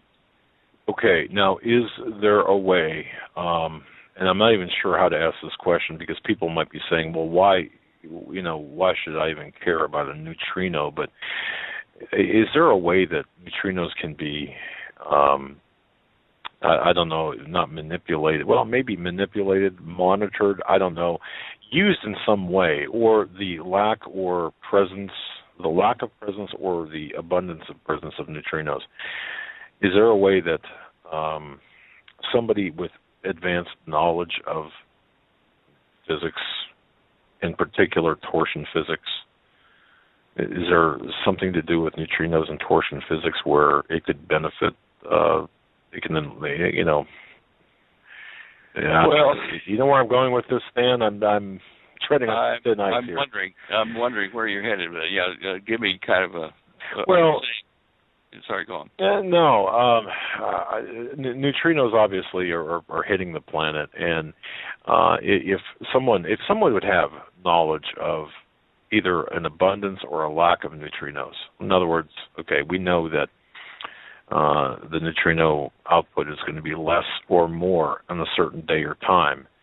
Would that be advantageous to some sort of I don't know, some sort of manufactured event, whether it be weather related or some other earthly geological event related, like earthquakes. I don't know. I would think that if anything, depending upon the density of the neutrino bombardment, it might affect the electric field of the planet, magnetic field. It's a strange, weak magnetic field that it has, but it will deflect in a magnetic field. You can make one real strong. That's because its field is so small.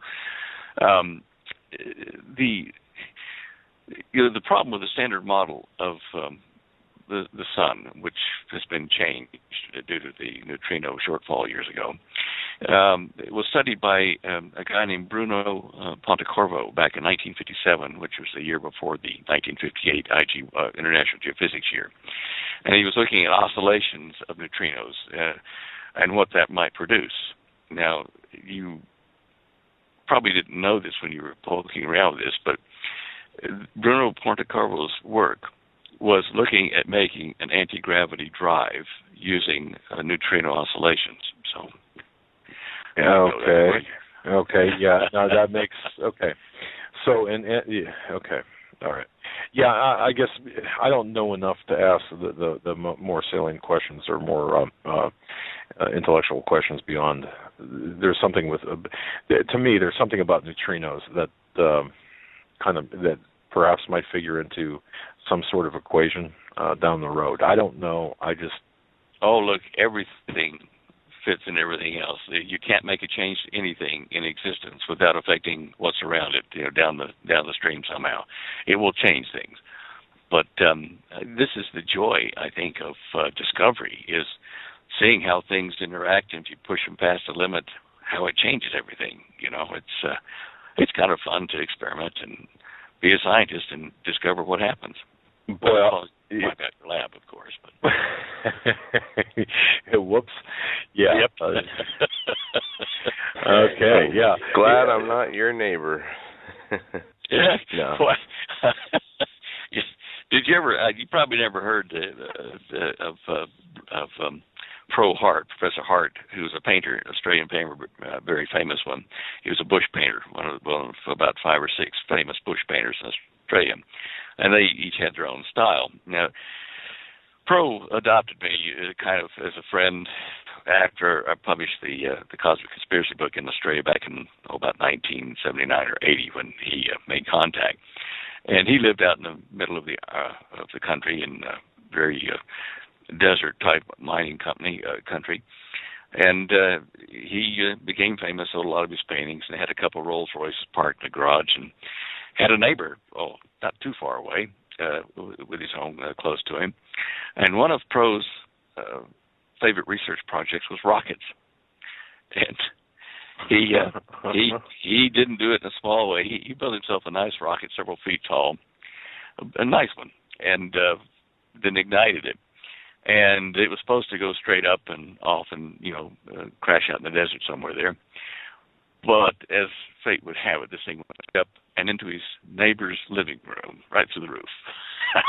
I hate that when it happens. Yeah, so he was a neighbor that decided to move, strangely enough. I've been wondering about my neighbors moving off. I guess I don't know. As a kid, Stan, I had, how we used to, and I don't know, we had model rockets, and back in the 60s, you could build some pretty good model rockets that would go up. And I remember putting one into the roof, not through, but into the roof of my neighbor's house. My dad was not happy with me in doing that. It was a homemade rocket as opposed to a rocket kit. But things like that. I did that too. In fact, I made my dad real mad. He'd let me floor the attic up over the garage and part of the kitchen area, and that was my research lab for chemistry and this and that. And I too, like you, was mixing gunpowder and making solid state rockets to shoot down the railway track down behind the house. And I was mixing up, I don't know, a quarter pound of that and thought I'd put in some magnesium flare powder, which would make it go faster, hotter. And somehow or another, I ignited this coffee can full of goodies up there in the attic while I was stirring it. And it made a brilliant flash, a little bit of a noise, but, it was a lot of smoke. And it blew the pipe apart that was holding the vent hood down the kitchen for Mom. And, of course, smoke went trailing down into the kitchen, and she heard and saw the boom and saw the flash coming through the hole in the attic where I got up in the ladder. And she came running out of the kitchen with her wooden spoon in her hand, yelling, "What have you done?" And I thought, well, I'll put her at ease. I don't want to let her know I've just blown up the, quarter pound of gunpowder here. But I put my hands on the edge of the hole and leaned upside down to say to her, "I'm fine." And as I did, she screamed. And I said, "What's the matter with you?" And she says, "You're all white." And, of course, the magnesium had to put magnesium oxide powder when it burned all over my face and hair and everything, so I looked like a ghost. So, oh, man. Dad was mad. Woo-wee. Yeah, I now, folks, this is Stan Deyo Unplugged. This is some great stuff from Stan Deyo, I'm telling you. When I was I think I was a junior in high school, maybe a sophomore in high school, I had, we had sodium, and I didn't know. I guess you got to keep that stuff wet, right? Sodium, water. Yeah, and you take it out of water, it has a tendency to become unstable, I guess. I guess that's the way to say it, yes. Yeah. My dad also had to fork over a few dollars to fix a part of the science lab at my high school. But anyway, yeah. But no, it's fun to reminisce and actually to break the tension with all the stuff that we've got going on, and a lot of people want to get your take on what Israel has been doing too. If we want to change gears a little bit into geopolitics, what's going on with Israel in the Middle East and stuff, because of course you've talked about this in your book. But where are we at, Stan, with all of this stuff? You mean with Israel, with Netanyahu dissolving the cabinet there? That's one. I mean, from start to finish, we're looking, and even the talk of potential sanctions by the United States against Israel. None of this makes sense. No, it doesn't. But we knew this was coming. Netanyahu had warned that this is probably going to be the situation. So in March of next year, they will have the elections. But that tells me that the situation with Iran is becoming quite serious, and it's going to probably force Netanyahu to, they have dissolved the government technically, but he's still operating, and it's going to force him to address probably make a preemptive strike on Iran, on the nuclear facilities, to avoid being wiped out. Because if Iran gets one nuclear bomb loose in the right place in Israel, it could so destroy infrastructure that Israel would be unable to retaliate. That's my opinion anyway. I mean, they probably have plans in place should they lose Tel Aviv or Haifa or Jerusalem. But so you can see they can't really afford to do like our government is saying.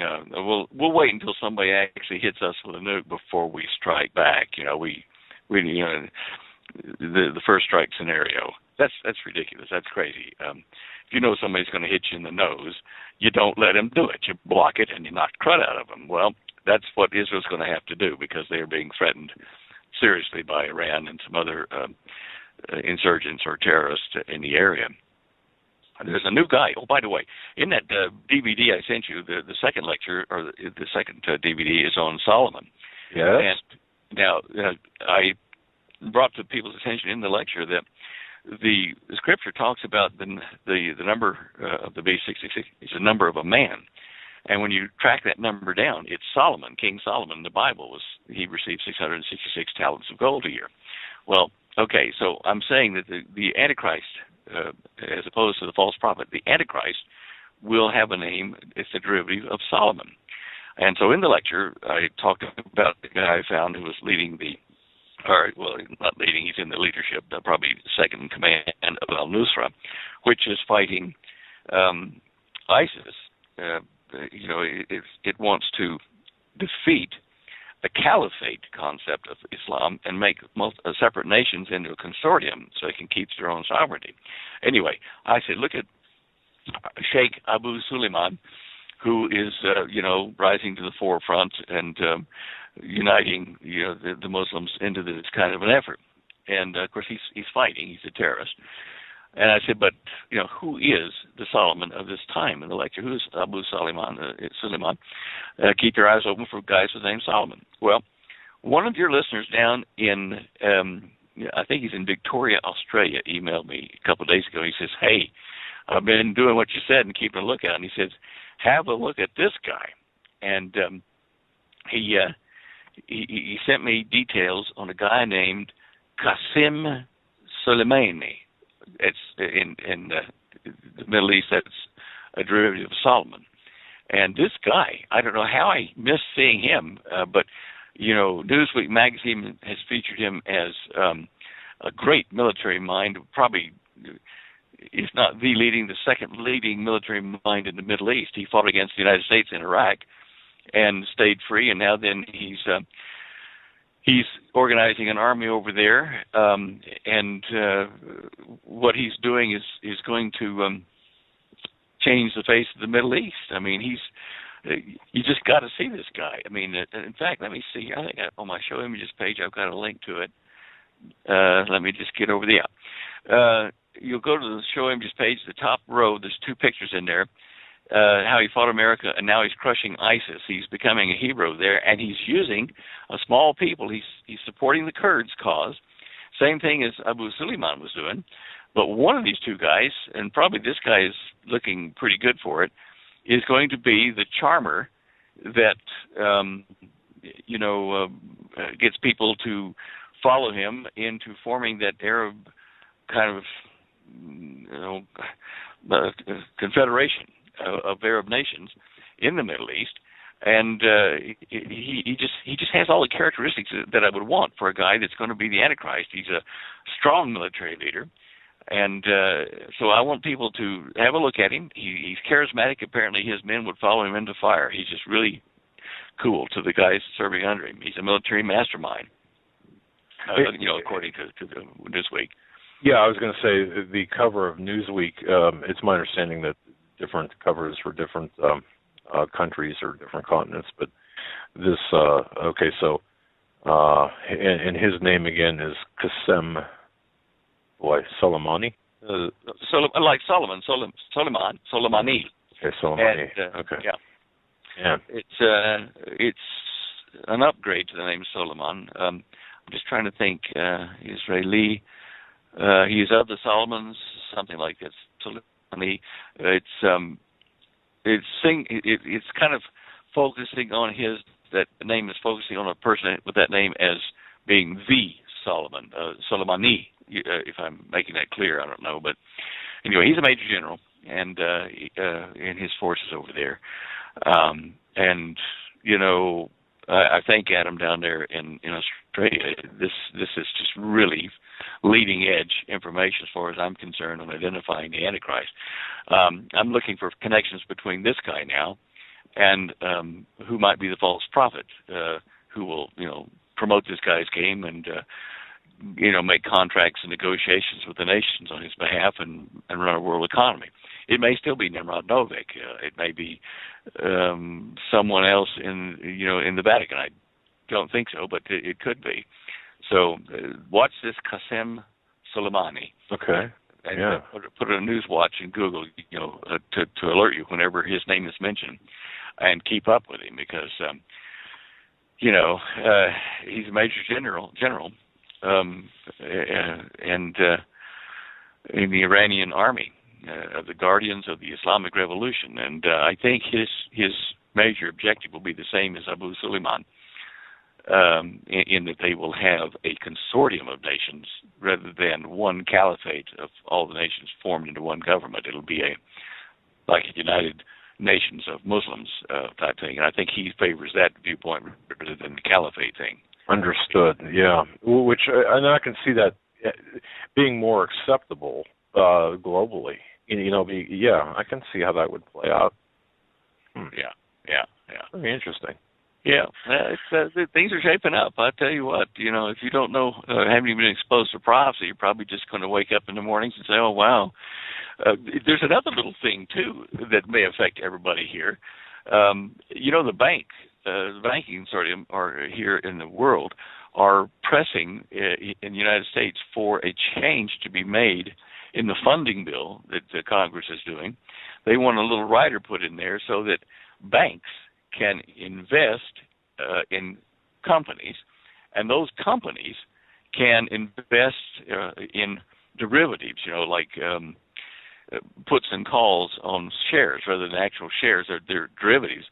And if the banks get that legal permission, because they can't do it themselves, but if the companies that they own can trade in derivatives, it means that when the derivative market crashes, that these companies that they are investing in to invest in the derivatives can be covered by the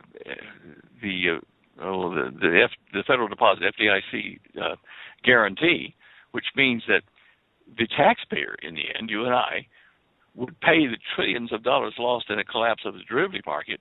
That the banks we would cover the bank's loss by what we would have to pay in taxes to pay that huge debt, and we're just getting nailed everywhere we turn.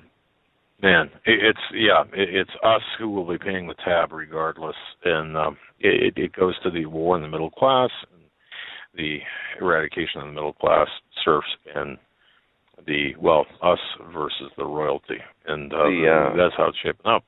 New slavery, just different kind, financial slavery through oppressive international banking powers versus us regular human cattle, as they say.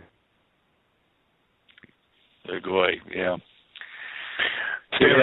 I got a question from Vince, and this is kind of an interesting question. If you care to address this, and folks, you can't say that you don't learn new words on the Hagmann Hagmann report.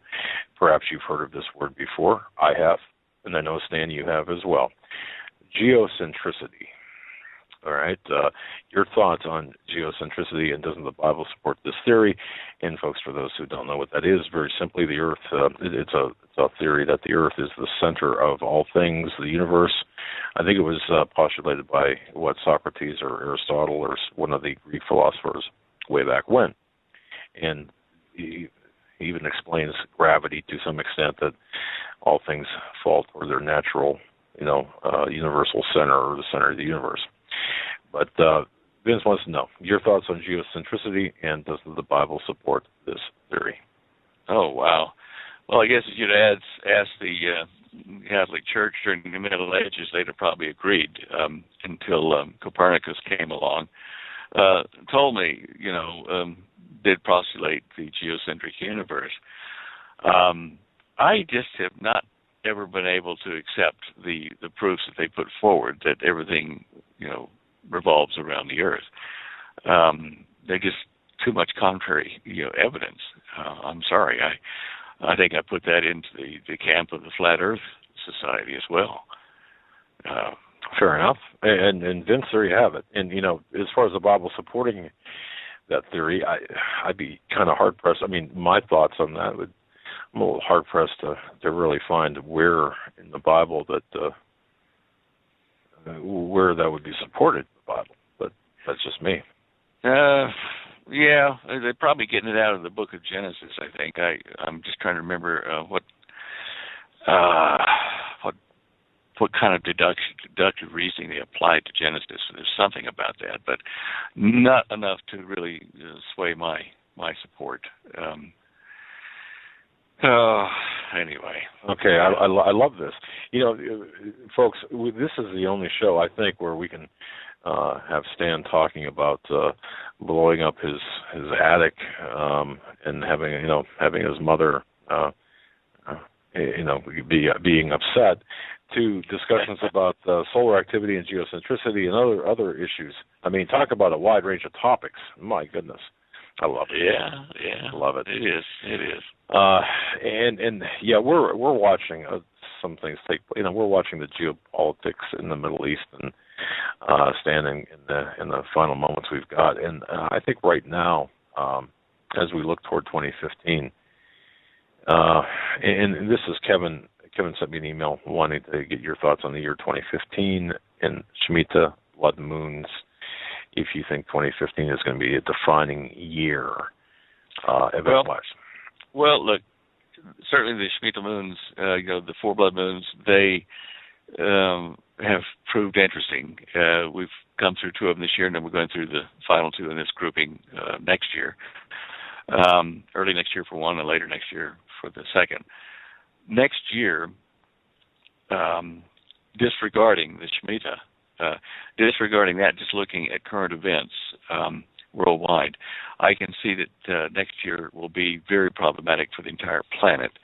We're coming to a point where the war in the Middle East is going to have to just about erupt. Iran pressing hard against Israel, and with the Soviet Union reforming, with the assumption of the lands that were part of the Soviet Union by Russia now, we're seeing that is a mighty force that will be drawn down into the Middle East to support the Arab country treaties they have against Israel. And the United States backing off, in its support of Israel and trying to sanction Israel and do everything they can to hurt Israel, are making Israel, kind of in a rock and a hard place. They're desperate. They're going to have to make an action that will make them look like the enemy of the world, because they're going to stir up a hornet's nest globally and strike at Iran. And I can't blame them for that. I mean, they're not going to lay down and say, oh, look, we don't want to be Israel anymore, trample us. They're not going to do that. That's just suicide. So that is the Balkan powder keg of this age, of this century. And we've got to watch that. We've got to watch the world economy as well, because the stock market here, is horribly, horribly inflated. And when that comes crashing down, all heck's going to break loose in the global economy, in the oil pricing markets, in the value of the U.S. dollar, and the ability of Americans to buy import products any longer.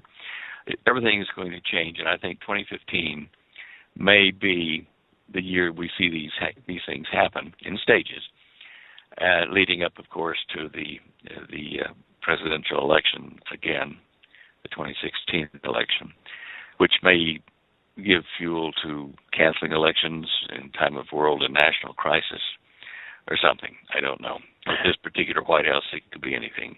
Do you believe, Stan, and this is a question from Ben from Carson City. I'm not sure we've ever had anyone email from Carson City, but having said that, no, shoot, I just closed the email out. I'm sorry. Here.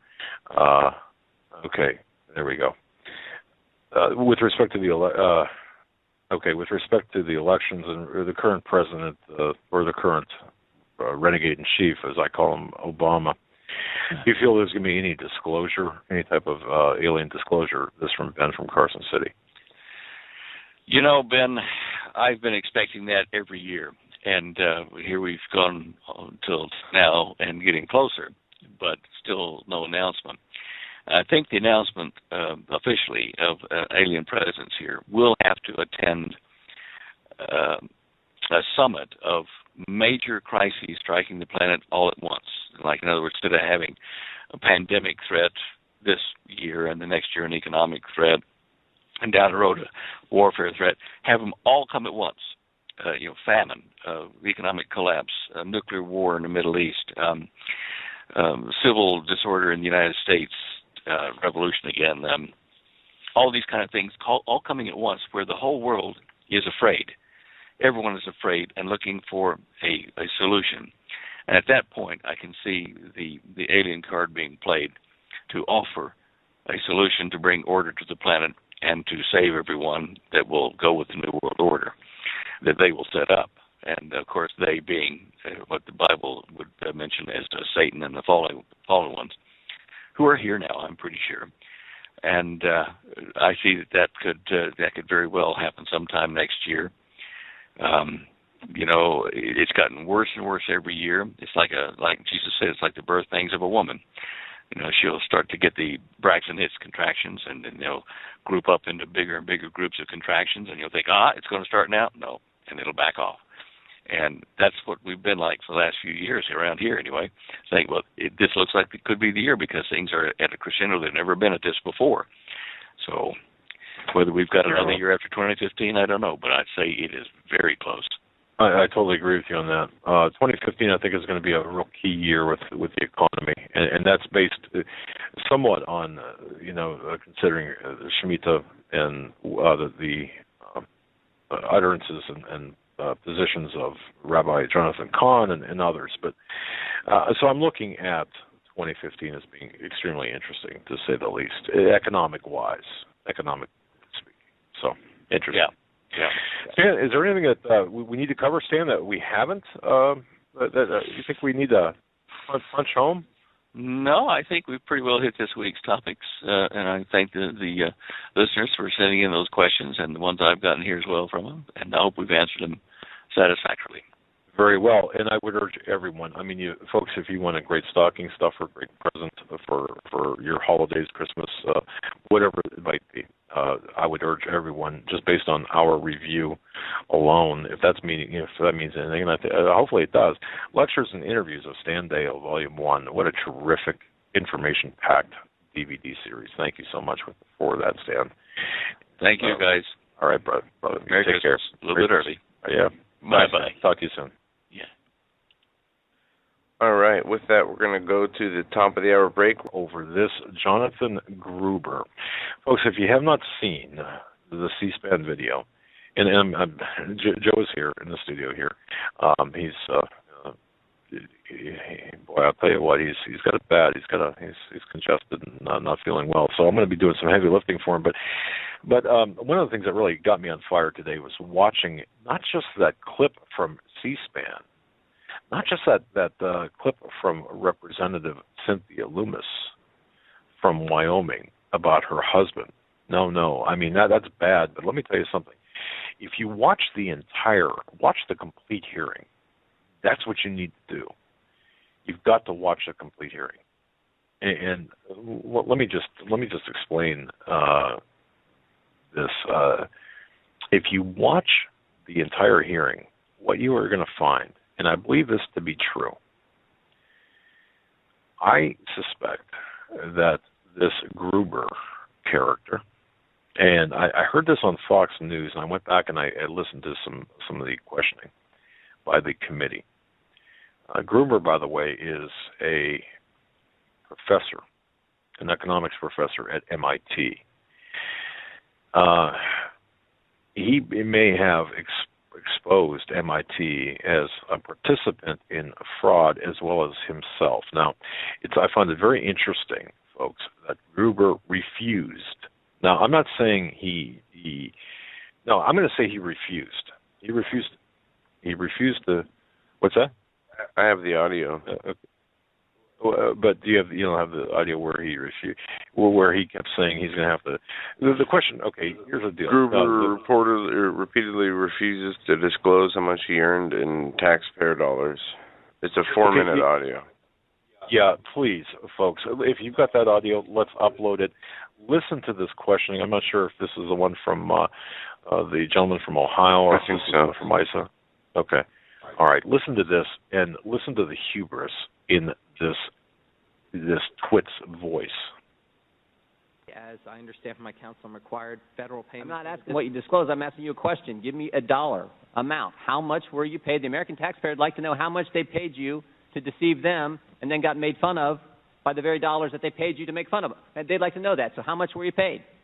As I said, the committee can take that up with my counsel. So you're not going to answer the question? You're under oath? We're asking you a simple question. You come to the committee, we ask the question, you're supposed to answer the question. How much were you paid by the federal taxpayer and the state taxpayer?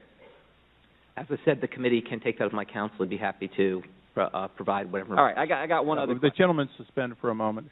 Keep my time. I want to advise everyone that counsel has said that they're not available to clear up the errors and omissions in the gentleman's truth filing. It does require, our form does require grants, contracts. In other words, we cover all revenue we only received about $100,000, which is far less than the gentleman's testimony, in disclosures, which were 3 grants. As a result, the gentleman's disclosure is not complete. So I would admonish Dr. Gruber, your choice really is answer questions fully here and then supplement, or we will seek to bring you back with the full disclosure and in order to get all the other numbers. It's really your choice. Your counsel can advise you, but we find by your own testimony, we find your submission deficient.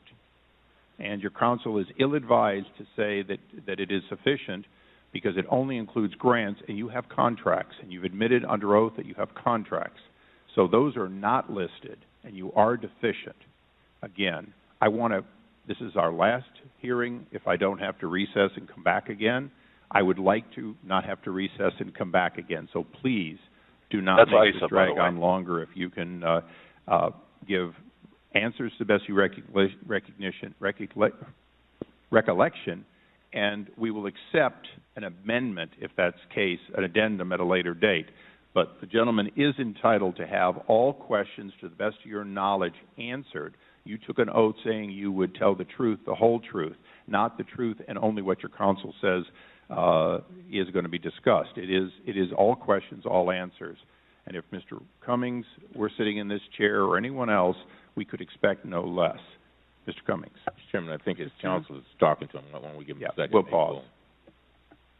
Mr. Chairman, just on that question, I have a PolitiFact document here and they have a fact checker thing that has all kinds of numbers. They went into this in depth as to what the gentleman was paid, and I was wondering if we just enter this in as part of the record. We'll certainly be happy to enter in without objection. Thank you.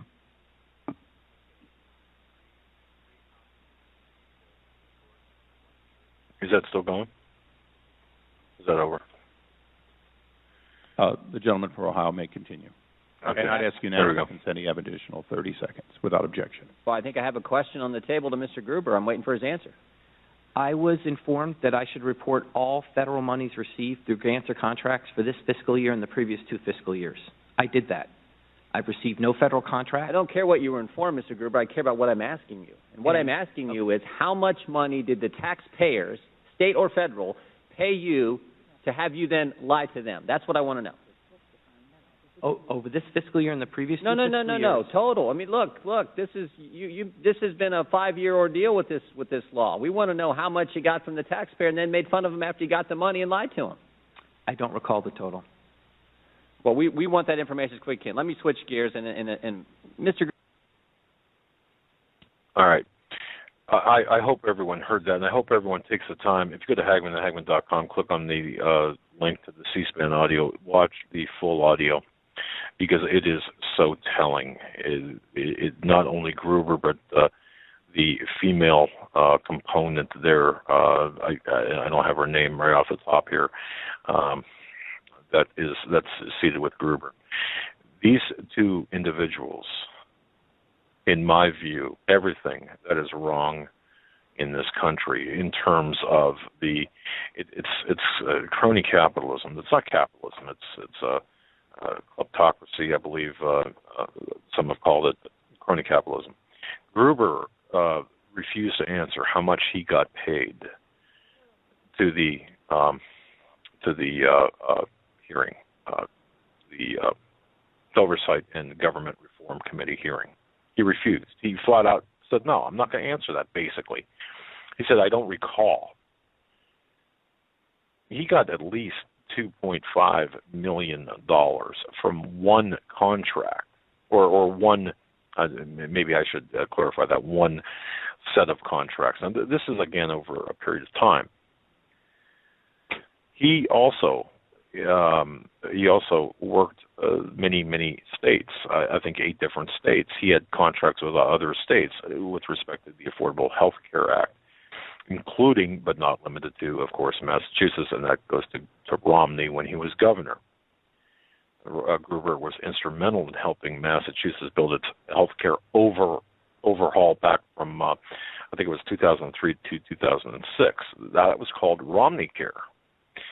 Now, in 2012, Santorum claimed, in 2012, if you recall, when Rick Santorum was running for president under the Republican ticket, Gruber worked for Santorum.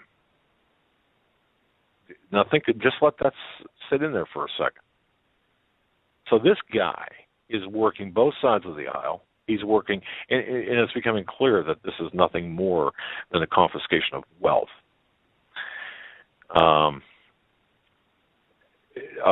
Now, a month after Obama assumed the office back in 2009, HHS contracted Gruber to provide technical assistance in evaluating options for national health care reform. This was according to a federal job posting. So he was the only person considered for the position. The reason being, he developed this proprietary statistically sophisticated micro-simulation model that's referenced in his testimony here, if you look at the testimony. If you watch the testimony, your blood will boil, I can guarantee you. Gruber reportedly had built this way to accurately estimate healthcare costs and spending on various health insurance proposals. Now, by the way, this proprietary model is called Gruber microsimulation model, which is supposedly able to predict certain factors, such as how much insurance would cost for individuals for each state and so on. But the crux of this, Gruber visited the White House over 20 times, the Obama White House, over 20 times. He had contracts with the federal government and with at least 8 state governments. We know he claimed at least $2.5 million, which is really an income, which is a drop in the bucket compared to what he was paid by the taxpayers, who he called stupid. That's you and me, folks. Okay, and has the audacity to sit in front of that committee and to say, well, I'm going to have to check with my counsel. I said everything I really needed to say, or I said everything that I'm supposed to say. I reported everything. And when asked how much he made, he sits back there with a smirk on his puss and says, well, I don't remember. I don't recall. I'm not sure. Now, you know something? I mean, how much money do you have to make when you don't remember how much money you made? Remember Bernanke, when asked by Ron Paul, tell us how much money you have taken from the American people, and he says no. Exactly. Let me just okay, there we go. I just want to get this woman's name because I'm going to be posting her picture as well. And if I thought it prudent, I'd be posting her home address too. Hang on just a second. Let me mute that. Marilyn Tavenner. Marilyn Tavenner. Tavenner. Okay, she's a smug little witch as well, sitting to the right of Gruber. Okay, these two people really need to be in jail, is in my view in jail, or at the very least, subpoenas need to be issued by the Oversight and Government Reform Committee to Gruber and this woman, Marilyn, what did I say her name was, whatever her name was, because Tavenner, okay, they need to be fully subpoenaed and they need to have a proctological exam of their finances. But seriously, my question to you, ladies and gentlemen, is how much money do you need to make before you don't know how much money you made and can't answer a question under oath how much money you've made by the taxpayers who you called stupid, and you're taking their money? I mean, that's not even just insulting.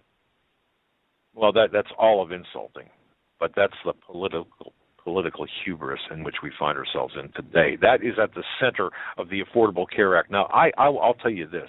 Any proponents out there, oh yeah, the other thing, too, I got a notice today, which really set me off as well. My premiums, now I'm not under the Affordable Care Act, okay? However, because of the state, what's going on in our state, in our Commonwealth with the Affordable Care Act, because of uncertainties, our premiums could go up 3 to 4 times, and it was like a kind of like a letter of warning that things could change here in our Commonwealth. I don't know how many people got this letter. I don't know. I'm not going to divulge any specifics, but I can't imagine this being limited to my situation. So the bottom line here is they've ruined the health care system. Who in the hell is celebrating this health care system out there? This woman, this Marilyn Tavener, she refused to answer the ISA and others about the exchanges, about the security of the exchanges, about the number of people signing up. And her smug little puss out sitting out there in front of this. And again, I urge everyone to watch this and spread this around. These people need to be hung up like Mussolini, in my view. I mean, I'm serious. I am really just ticked off at this whole thing. Who do these people think they are? And who in the hell do these lawmakers, these elected officials think they are for allowing this to happen? And why? And since when in this country have we allowed these people like this, to not answer questions under oath? You're telling me if it was you, ladies and gentlemen, if it was you up in front of a committee, that they're going to let you slide on a question? Well, maybe we'll have to issue a subpoena. And don't make me come back here. I said, don't make us come back and reconvene. Yeah, strong words. You and I would be in jail. We would. We'd be in jail. Yeah, don't make us come back from our vacation. Well, look, the American public, has been raped, metaphorically speaking, of course. We've been raped financially. We really need to have a RICO action against these people. I'm talking about a civil RICO action against everyone and everyone in government.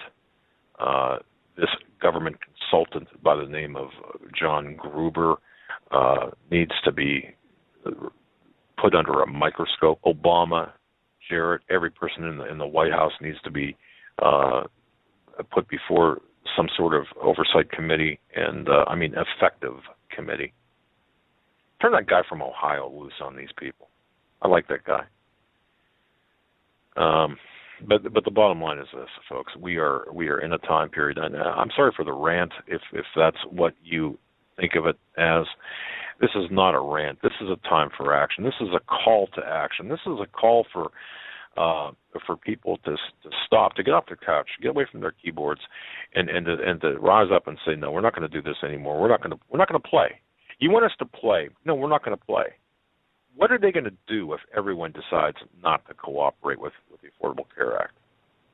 But see, I'm not sure we can even do that, because we can't even get people to stop flying in order to get the TSA goons not to touch you and give you sexually assault you at the airports, except for emergencies. And if everyone stopped flying except for emergencies and extremely critical situations,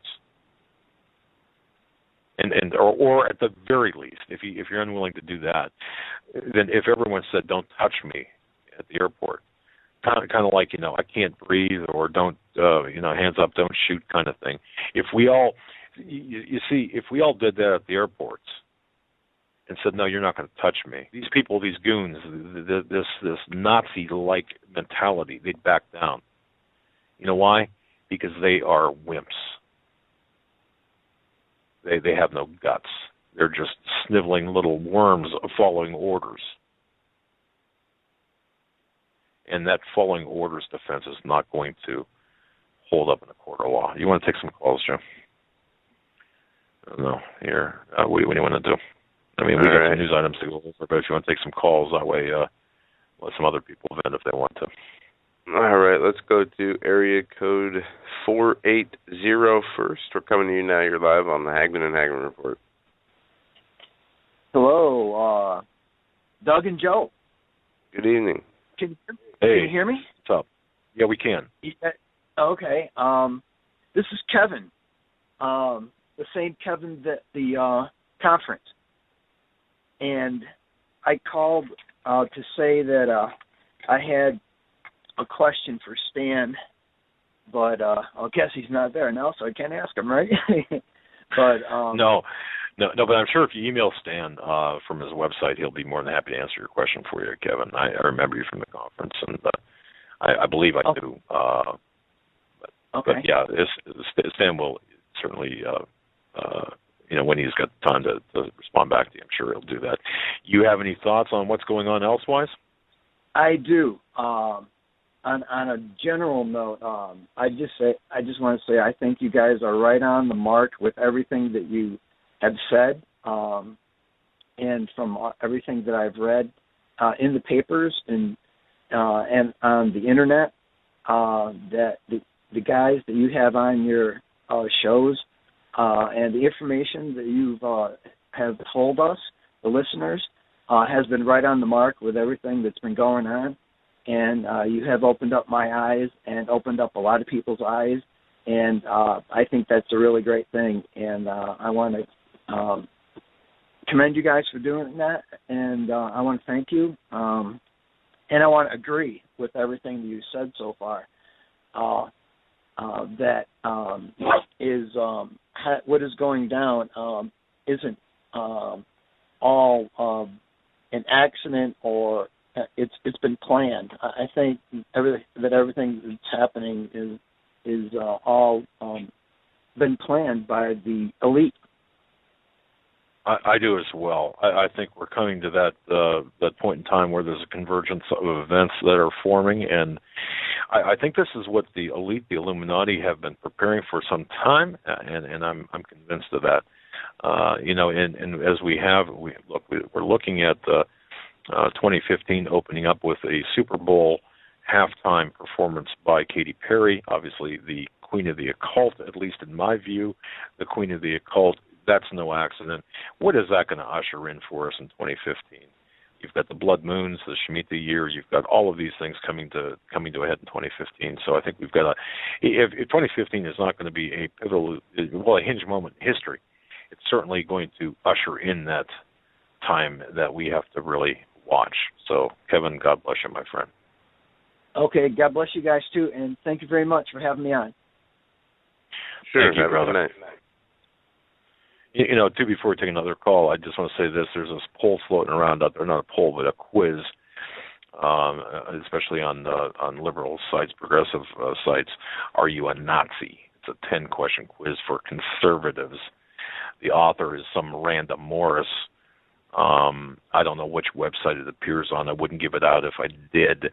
But, apparently progressives, that is to say progressives, don't fully understand National Socialism, or where, in terms of where within the political paradigm it falls. They attribute it to a right-wing kind of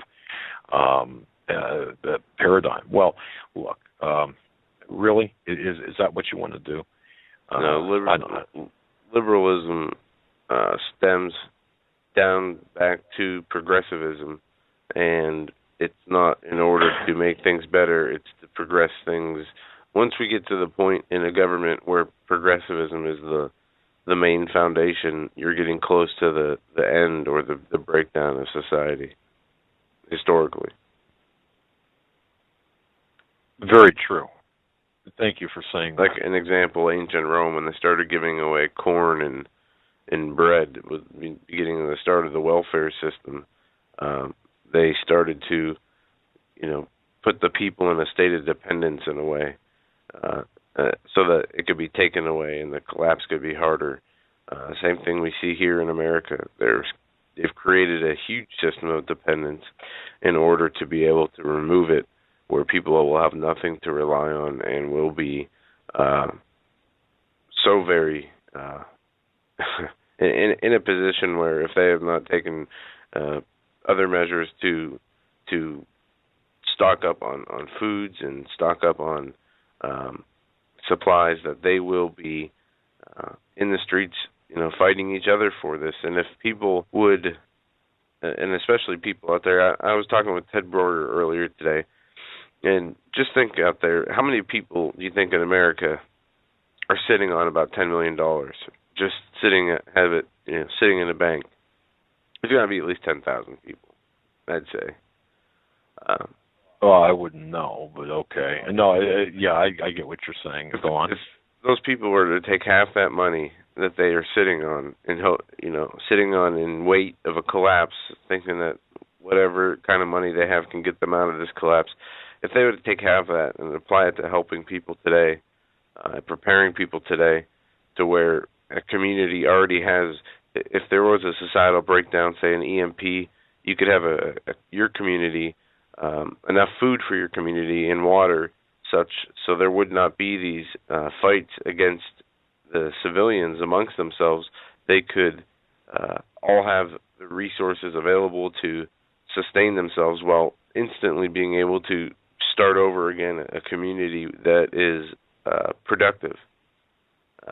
But sadly, that is not that's not the way it's going to happen.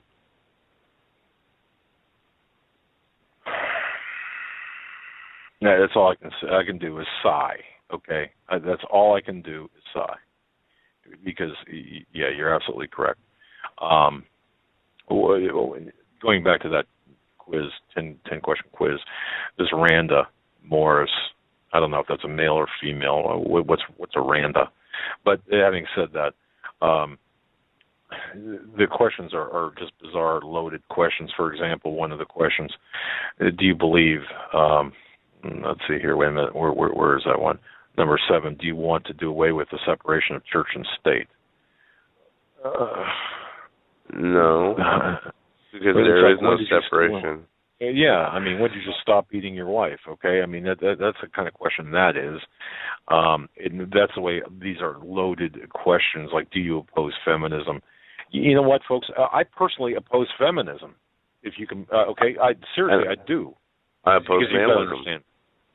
Well, you've got to understand what feminism is as part of the bigger picture. But right, and a quick rundown of that is feminism was created by men, the elite, in order to be able to tax more of the population than had been before. Women were homemakers; they stayed home and took care of the kids and the house, and the men went out and did the work.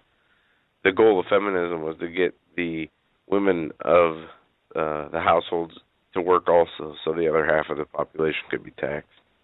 Plain and simple, about the money. Yeah. Yes. And then there's a larger picture to that: the social, economic, or the destruction of the family, and I mean, there's a huge. Really, we could spend a whole program on that alone.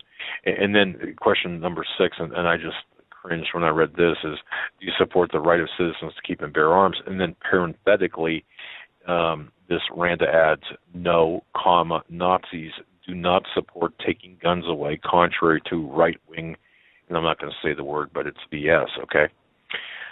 Really?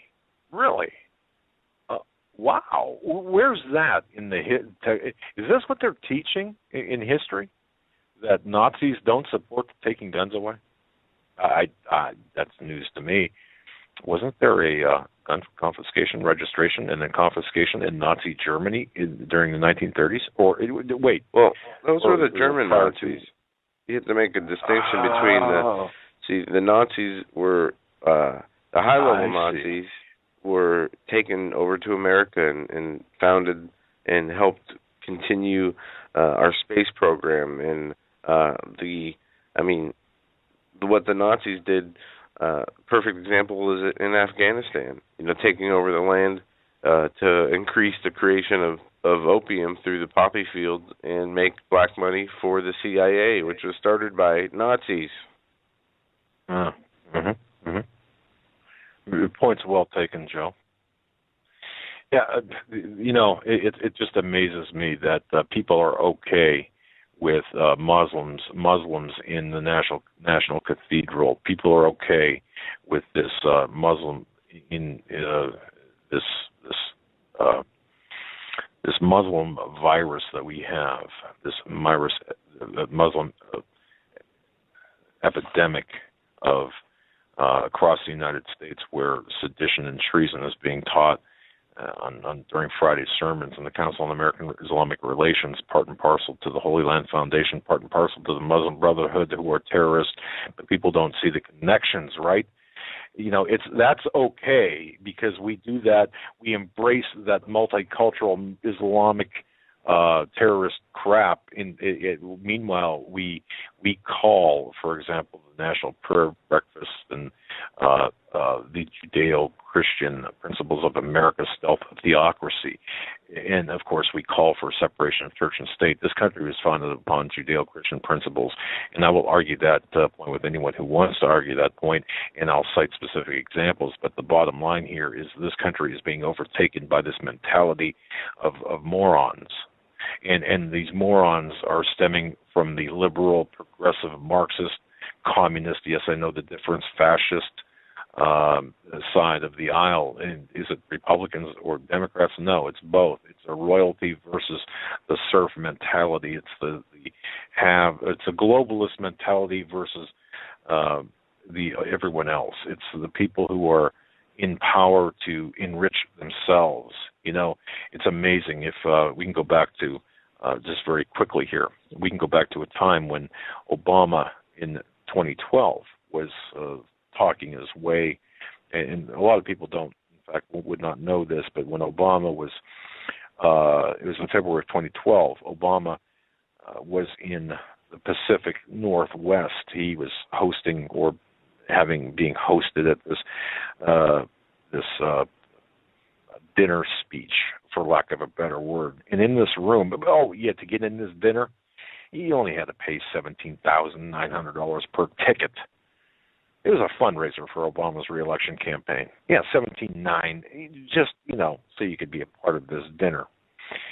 So among the people present were people such as Costco founder Jeff Brotman, and his wife Susan, and of course you can't forget Microsoft founder Bill Gates, the richest man on the planet, or at least in the country. Microsoft billionaire Steve Ballmer was there, and others. They were all just there. And what Obama said should have everyone thinking, because, and this is not just limited to Obama. This is about all of the political machinery we have in place right now. Obama said, and I'm going to paraphrase, not quote, but paraphrase. He's basically said you've got about 200 people, or roughly 200 people, who end up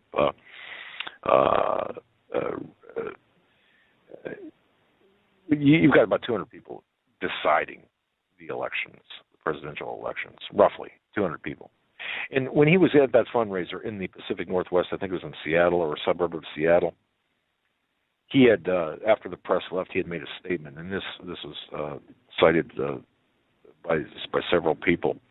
He said, there's probably 5 or 6 people in this room, Obama said, nominated, and ultimately get the nomination for the next presidential bid. So think about that. 5 or 6 people. Is that what this country is all about because of the money? And yet, the progressives, the Marxists, the people who will blindly follow the progressive mindset right down into the, like lemurs. Well, I shouldn't say that. Follow these right down into the abyss. These people who will follow these people with the money on either side of the political spectrum. Really, there's only one side, and that's the side of the globalists. But having said that, they don't realize that they're expendable. They're useless idiots. They're the homosexual agenda, the homosexual activists. You realize that you are expendable. In fact, you'll be one of the first to go. Yet you support this kind of stuff. It's just incredible, and it goes back in the Affordable Care Act, folks. Look, we can talk about this all day long, but the fact is it already destroyed 1/6 of our economy, captured 1/6 of our economy, consolidated at least that much. It's already been effective in destroying the best healthcare system in the world. Hillary Clinton had her office, the only First Lady to have an office in the West Wing, both, well, before and since Bill Clinton's presidency, tried the national health care, and of course that was a beta test for what we have right now. But the bottom line is, you cannot undo what has been done. What about Justice Roberts? What about him? The so-called, some of the conservative right have put him on a pedestal, saying, "Oh yeah, he called it a tax, and because of that, it could be walked back and things could be, made whole again." Well, the bottom line with all of this is you can't even fight an illegitimate, illegal immigrant in the White House. How in the heck can you expect to walk back and to make our healthcare system whole again, or even our legal immigration system whole again, or our immigration system whole, and clean the country up? It's not going to happen, I guess. So anyway, if you want to go back to the phones, I'm sorry, I'm going all over the place. All right, we're going to go to area code 501. 501, we're coming to you next. You're live on the Hagmann Hagmann Report. What's on your mind tonight? Hey, guys. I just wanted to throw a comment out there and kind of an observation, too. We've been done as a country ever since we took on the fact that we put voting machines out there that wouldn't count our vote. That were, when they started frauding the election systems. And, just to maybe put a more clear picture on things, we need to stop calling these guys elites and globalists and call out their names. We need to start putting some names out there for people. I agree. It would just take too long to, the list would take too long. I mean, we could do that, I suppose, or create a list. Pick out some of them. Okay. Well, why don't you start? Throw some names out. When I'm trying to have a discussion with people, and using the word globalist and elitist and stuff, and that just goes over their head. That's like using the word government. All right. It's just it doesn't have meaning. I agree with you. We can start out with, for example, George Soros. We can start out with Bill and Melinda Gates. We can start out with the Koch brothers on the other side of this spectrum. And how can we demonize these people to what they are? I mean, like Bill Gates and the vaccine stuff. I mean, they got caught putting stuff into vaccines, but yet, that's not even news. Well, yeah, I know what you mean. I get that. But there are people, caller, there are people at different levels of awareness that are slowly catching up, just, kind of catching up to where you are, for example, in your level of knowledge. I totally agree with you. 5 years ago, or a number of years ago, I would have never thought Gates, or I would never connected Gates and the Gates Foundation with eugenics, for example. It took me a while to really get there. Does that make sense to you? I mean, yeah, because now he doesn't even hide it. I mean, he doesn't even try to do it. He's on TV and giving speeches and such, and this is how we're going to get rid of people. We can kill 1 billion people if we do this, for 10 billion people. So, and all right, using what he does to do it. But your point's well taken. We should name names, and the Kissingers, the Rockefellers, and anyone essentially in the high levels of government, appointed positions, elected positions, who have made a career and made their millions off the backs of American taxpayers, along with Europeans who are listening to this, and the Brits and others. We understand. Point well taken. We should start naming names, and we will, in fact, start naming names. Well, I just think that would, like I said, put a little truer picture on things, and not just accusing globalists or, like I said, elitists and stuff, because those people are out of touch with the regular people anyway. That people think that they're almost on a pedestal all the time, and you can't touch them with those kind of names. But real people doing real things and putting out there what they do on a regular basis, I just think that would make a better, point. Will do. Point taken, and one of the more constructive calls. So thank you very much for that. God bless you, my friend. All right, guys. You have a good night. Thanks, buddy. All right, you too. You too. Bye. And you know what, Joe? That gentleman's got a good point. We need to really identify these people by name and say it's you. Look at what you've done, whether it is an elected person that has been elected. And he's right, too, about the voting machines. I mean, pick a time in history, pick an event that can mark the decline of our constitutional republic. Go back to 1913. You can go back to 1776 if you want. And that sounds kind of, idiotic, given the fact that it's the birth of this nation. And from that, but nonetheless, you've got a lot of people, members of secret societies, infiltrating our government. And from there, we've got a parallel system of governance.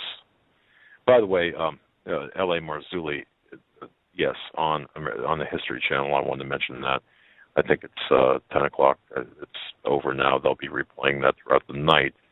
I think it's a search for the Lost Giants is the name of the show on the History Channel. You can probably catch a repeat of it, or they show. From what I haven't watched the show yet, but the History Channel, I'm sure, will play a rerun at some point throughout the week of the show that they had today, if you missed it.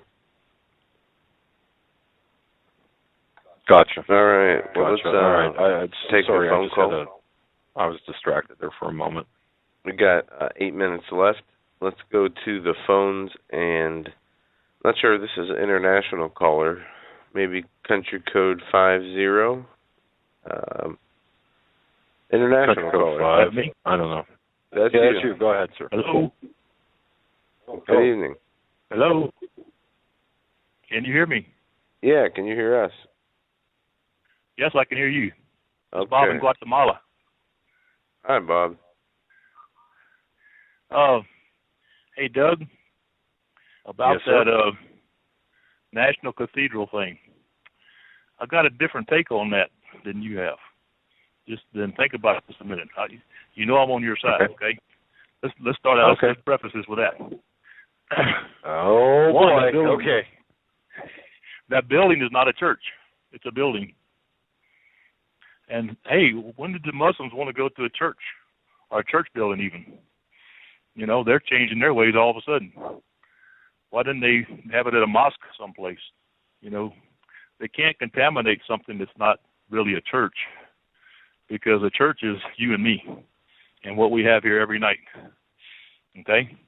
This is church, but that's just a building.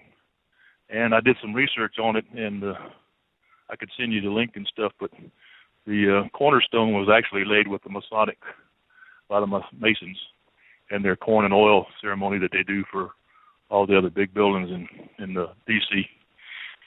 So that was interesting to find that out too. But church is you and me and our brothers and sisters, and Jesus' church was him and the disciples. So that's pretty cool. But one other thing that's really been doesn't bug me, but it's interesting to understand is nowadays with things happening with the banks and et cetera, people always, what am I going to do with my money? Where am I going to put this? Where am I going to put that? And Matthew 6:19 says, "Lay up not for yourselves treasures upon earth, where moth or rust doth corrupt, and where thieves break through and steal. But lay up for yourselves treasures in heaven, where neither moth nor rust doth corrupt, and where thieves do not break through or steal. For where your treasure is, there your heart be also." So I agree. I mean, yes. There's really nothing that can be added to that. We are to everything that we have on every possession we've got. You could be the richest man in the world with all the gold and silver, all the freeze-dried food, all of the everything and anything. It's all. There are no U-Hauls following hearses, right? Right. Absolutely. So we're not going to take it with us. And you're right. I mean, the bottom line is, and the most important thing is, where we are going to be spending eternity. So that's right. No, I agree with you. I agree with you. All right, my brother. Guatemala. What's the temperature right now in Guatemala there, where you're at? Well, I live at 7,000 feet, so inside my house right now it's 61 degrees. So, of course we don't have heaters or, it's about 54 outside, I think, right now. But that's just about every night. So that's not. Yeah. All right. It does snow where I live sometimes, but not much. But yeah. All right. I appreciate Bob. What you guys do every day. God bless all you guys and all that you have on. It's just you have an amazing crew that comes through that. Well, I understand they're not there your studio, but they are there by electronic means, but they're still there. So we're highly blessed by everything that you do, and I just pray that God blesses you and keeps you safe. Thank you, brother. God bless you guys. And same to you. God bless you as well. Thanks for checking in from Guatemala. Gosh, I'll tell you, we have Joe, we got such a great audience. We really do. Just an amazing. It's just amazing. Somebody checking in, James T. Thank you so much for checking in. I got your email today. Checking in. Roaring. Let's see here. James and Donna. That's all I'll just say. Roaring Spring, Pennsylvania. Thanks for checking in with us, and thanks for listening. But you know what, folks? All of this, and we don't have enough time for another call, but all of this, everything taking place right now, it's all meant to happen. God is in control. Obviously, God is in control. And, we do have to keep our eye on certain things. Well, it's our duty to, as watchmen, and we're all watchmen. And we all play a certain role. We're all born for a time. We're all born for this time. Don't forget that. You might think that you're out there aimlessly or without purpose. That's not true. You've got a purpose to serve. You might touch just one person, and that one person could change the entire world. You don't know. Do not diminish your importance. Don't say, I'm just a housewife, or I'm just a factory worker, I'm just a stupid blog talk show host. Don't diminish your own self-importance. I mean, don't revel in it, but don't diminish your importance to the bigger picture. I don't know if that makes sense. Yeah, no, it does. So often the enemy will whisper in our ears, you're not worthy, you don't deserve this, and you're just this much, or we're all special and important, and we need to realize that part of our faith is that we are not only faithful to the Lord, but having the strong faith and belief that He is everything that we need, that He is our salvation and our anchor, and as long as we are one of His, we are very special, the remnant, the elect, whatever you would call it, and all people who will believe that Jesus came here in the flesh and died for our sins so that we can be saved, and do so unwaveringly, is important. And the people who are out there struggling with one foot in the world, one foot in church, even more important. The Lord told us, the poor in spirit, those are the ones that He came back to minister to, not the people who were righteous and doing things right. So don't ever get yourself down over little mistakes. As long as your heart's in the right place and you continue on that journey, the Lord knows how to save His own. 100% accurate. Absolutely. And folks, we're only getting started. The programs are only going to get better as we close out 2014 and enter 2015. We need to be even more sharp and closer to the tip of the spear than ever before. You've got our assurances that we will be. The rest of this week is we're lining up things, talking points, news, analysis. It's all good. Stay with us all week long as we prepare for the rest of the week. I want to thank Katie. Katie, thank you so much for your information on essential oils. Going to have her back for sure, talking about more specific things. Dr. Ted Brewer, Body by Ted, and he was on last Monday. Soon. Yeah. I want to thank him very much. just a marvelous man, a man full of information like you can't believe. And also Stan Deyo tonight. Thank you so much for your time this evening, and also Holly. But folks, we've got so much more planned for you, and we're going to be kicking butt, taking names, indeed, naming names. Until tomorrow, God bless, stay safe. Thanks for checking in with us. God bless each and every one of you. Good night.